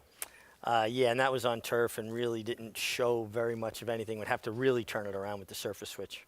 Big price as well next door. Outlaw Run, who drops in class. Yeah, well beaten against Arkansas Breds and now is in against Open Company. Constitution Day. This 5 actually showed some ability in a 50 maiden claiming race at Churchill sprinting in the debut. Yeah, and then stretched out and stopped, and now gets Lasix and drops back in distance. John Court, can he do it again? Can he take the late double? He teams up here with Tom Vance. I think this horse has shown flashes of ability, was well beaten by Permafrost, but gets Lasix. Gelded first time, kind of gets a complete makeover. I think he's interesting at a price. Asmus aboard with the favorite. He also sends out the 80 as his son aboard. Horse debuted on turf. Yeah, and horse tried a turf. La Rosa, the Grand Am, was a graded stakes winner on dirt. She also did win on turf. Here's the Asmussen favorite with Ricardo Santana Jr. Yeah, it just seems like he found the right level for 75 last time and gets at less, 1/8 of a mile less to negotiate. Brad Cox and the owners who campaigned Zozos with Golden Bandit. Horse taking a lot of money in all of his starts and drops again. Brad Cox, first-time starter. You don't see this a lot. 13-1 on one of the most powerful barns in the country. Yeah, kind of money. We want to see the money guide us a little bit in these spots. Greg Compton with Boldoro. Tyler Bays aboard. Out of a fast mare, Bourbon. She was a stakes winner sprinting on the dirt. And also eligible draws in Backside Buzz for Tom Vance. Yeah, a couple of sprints that were okay that would make this horse at least nibble around the edges. If it gets a tough post, that's kind of out in no man's land there, sprinting from that post. All right, minute to post coming up. We were just talking 3-year-old picture, Epicenter, Taiba. Paulie, your thoughts? Well, I'm kind of with Jonathan in here. I just think Epicenter stands out as a 3-year-old. And you want to include Taiba, you just can't. He was far back in the Derby where Epicenter got clipped by an 81-1 shot that got in on the next day, basically with Rich Strike, came back into the Preakness, got left in the gate and run second. But my thing was the defining moment was the Travers when he just destroyed a field. And let's not forget, he beat Cyberknife by about 8. Cyberknife beat Taiba. So don't give me a 3-5 win in the Malibu in the Bob Baffert barn as any kind of validation for Taiba. For me, it's Epicenter, and it's not even close. It's really sad that we're not going to see him next year. And I'm agreeing with you. I think Taiba will have a great 4-year-old season, but he's not the 3-year-old champ. He's not even close to Epicenter, at least in my mind. We come to this last race, guys. It's another difficult race in here. Although the 9, I thought, looked tremendous. My goodness. I've always said this. Steve Asmussen has got the best car wash. I mean, his horses turn out unbelievable. And, you know, this Son of Frosted looked tremendous. Gets Lasix for the first time. And, you know, when you look, this horse has been working at Turfway. I haven't seen many horses from Aspen working at Turfway. And, again, I've been reiterating this, that because of the equine herpes, a lot of horses had to get shipped out before that. The track was closed at Churchill Downs, and I'm wondering if that's what happened here, and they transferred the 9 over to Turfway and working well. And I think it's the same with the 10, the Brad Cox runner, another horse that's been working at Turfway. You know, Brad's been having a lot of success at Turfway, and I'm surprised that he brings this horse here. First time gelding, Lasix, a lot of things that you like, but you know, I was 9-10 in here. I also thought the 1 had a tiny bit of a look in here. Missing curfew for Diodoro. Blinkers on. It's hard to leave him off, but he's kind of chilly on the board. I'm going to give you a long shot. The 13 draws in. The horse is taking a little bit of money. Had a ton of chances, but I think the cutback in distance might help this horse. I think the 9 is going to be really tough just off looks, but I do think the Brad Cox runner of the 10 will improve. Been favorite twice. Well, at least 1 out of the 2 times, and is disappointed. You're getting 4-1. Maybe the board's telling you, but from what I saw, the 9 looked tremendous on the racetrack. So I'm not giving you anything much here at 6-5, guys. All right, Paulie, thanks. Yeah, I mean, that's the thing. This barn, Steve Asmussen, winningest barn in the history of North America, just about all of them look tremendous when they come on the track, and the 9 here, no exception. Permafrost, 6-5 favorite, but has backed it up with some ability as well the last time we saw him run. Yeah, and he made a bold run going 7 furlongs, and I thought maybe, you know, flattened out just a touch late. So that makes you believe, leads you to believe, that 6 furlongs might even be better for this horse.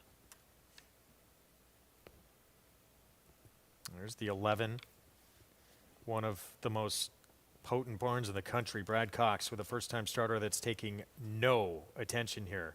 Friday Night Shoulder. He also has stablemate, the 10, Golden Bandit next door, who also is a little chilly on the board. I mean, this horse showed some real talent in late October, second start of his career. He'd need to improve, obviously, off that, but he showed speed. He's a new gelding. He gets Lasix.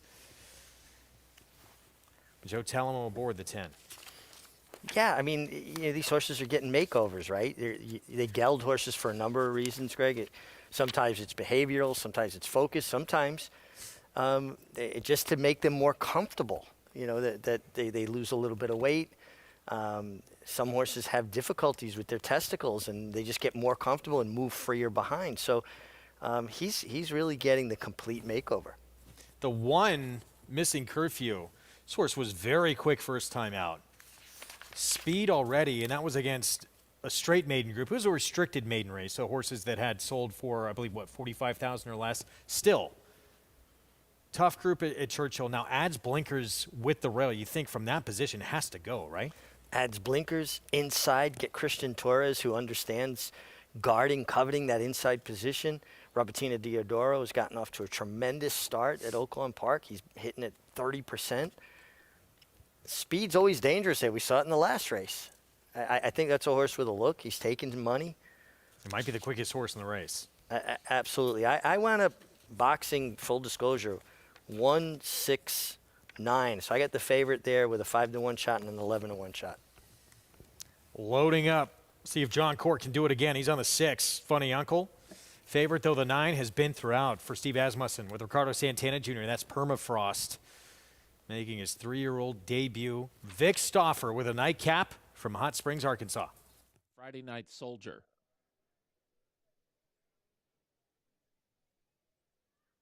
Bold Doro. Constitution Day.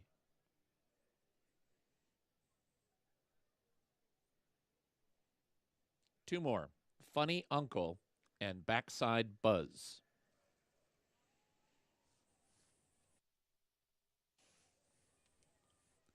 They're at the post. They're off. Missin' Curfew, Backside Buzz, and Bold Doro shows speed. Pro Charger is close up. Funny Uncle is next. Then Discovery Peak, and to the inside with Constitution Day. Golden Bandits on the move.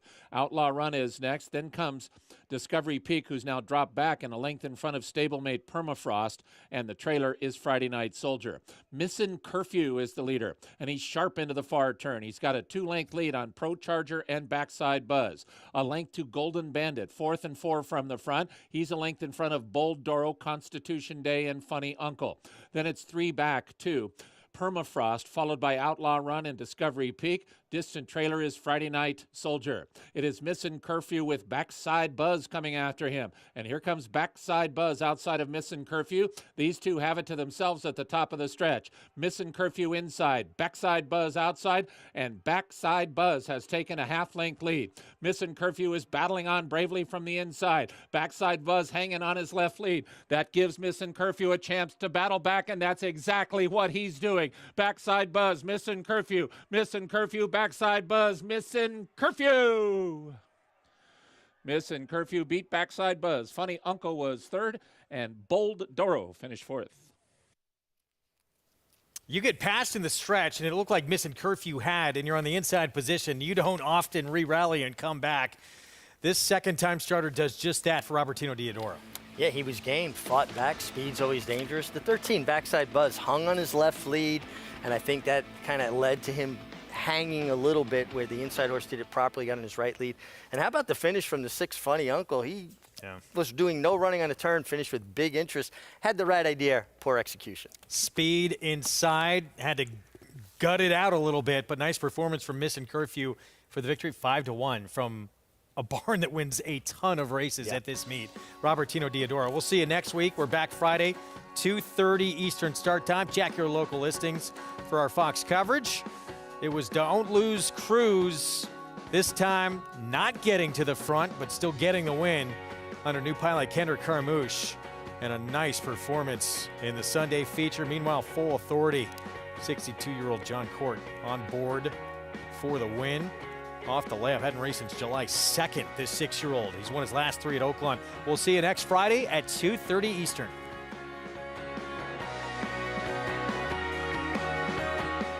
Dancer. The momentum continues with recent stakes winners on turf and dirt. Dancing Buck going wire to wire in the Grade 3 Belmont Turf. Dancing Buck has opened up on the field. It is Dancing Buck by a half dozen lengths. And 2-year-old filly War Saichi with a wire-to-wire win in the Ladyfinger Stakes. War Saichi asserted her authority immediately out of the starting gate, and she has not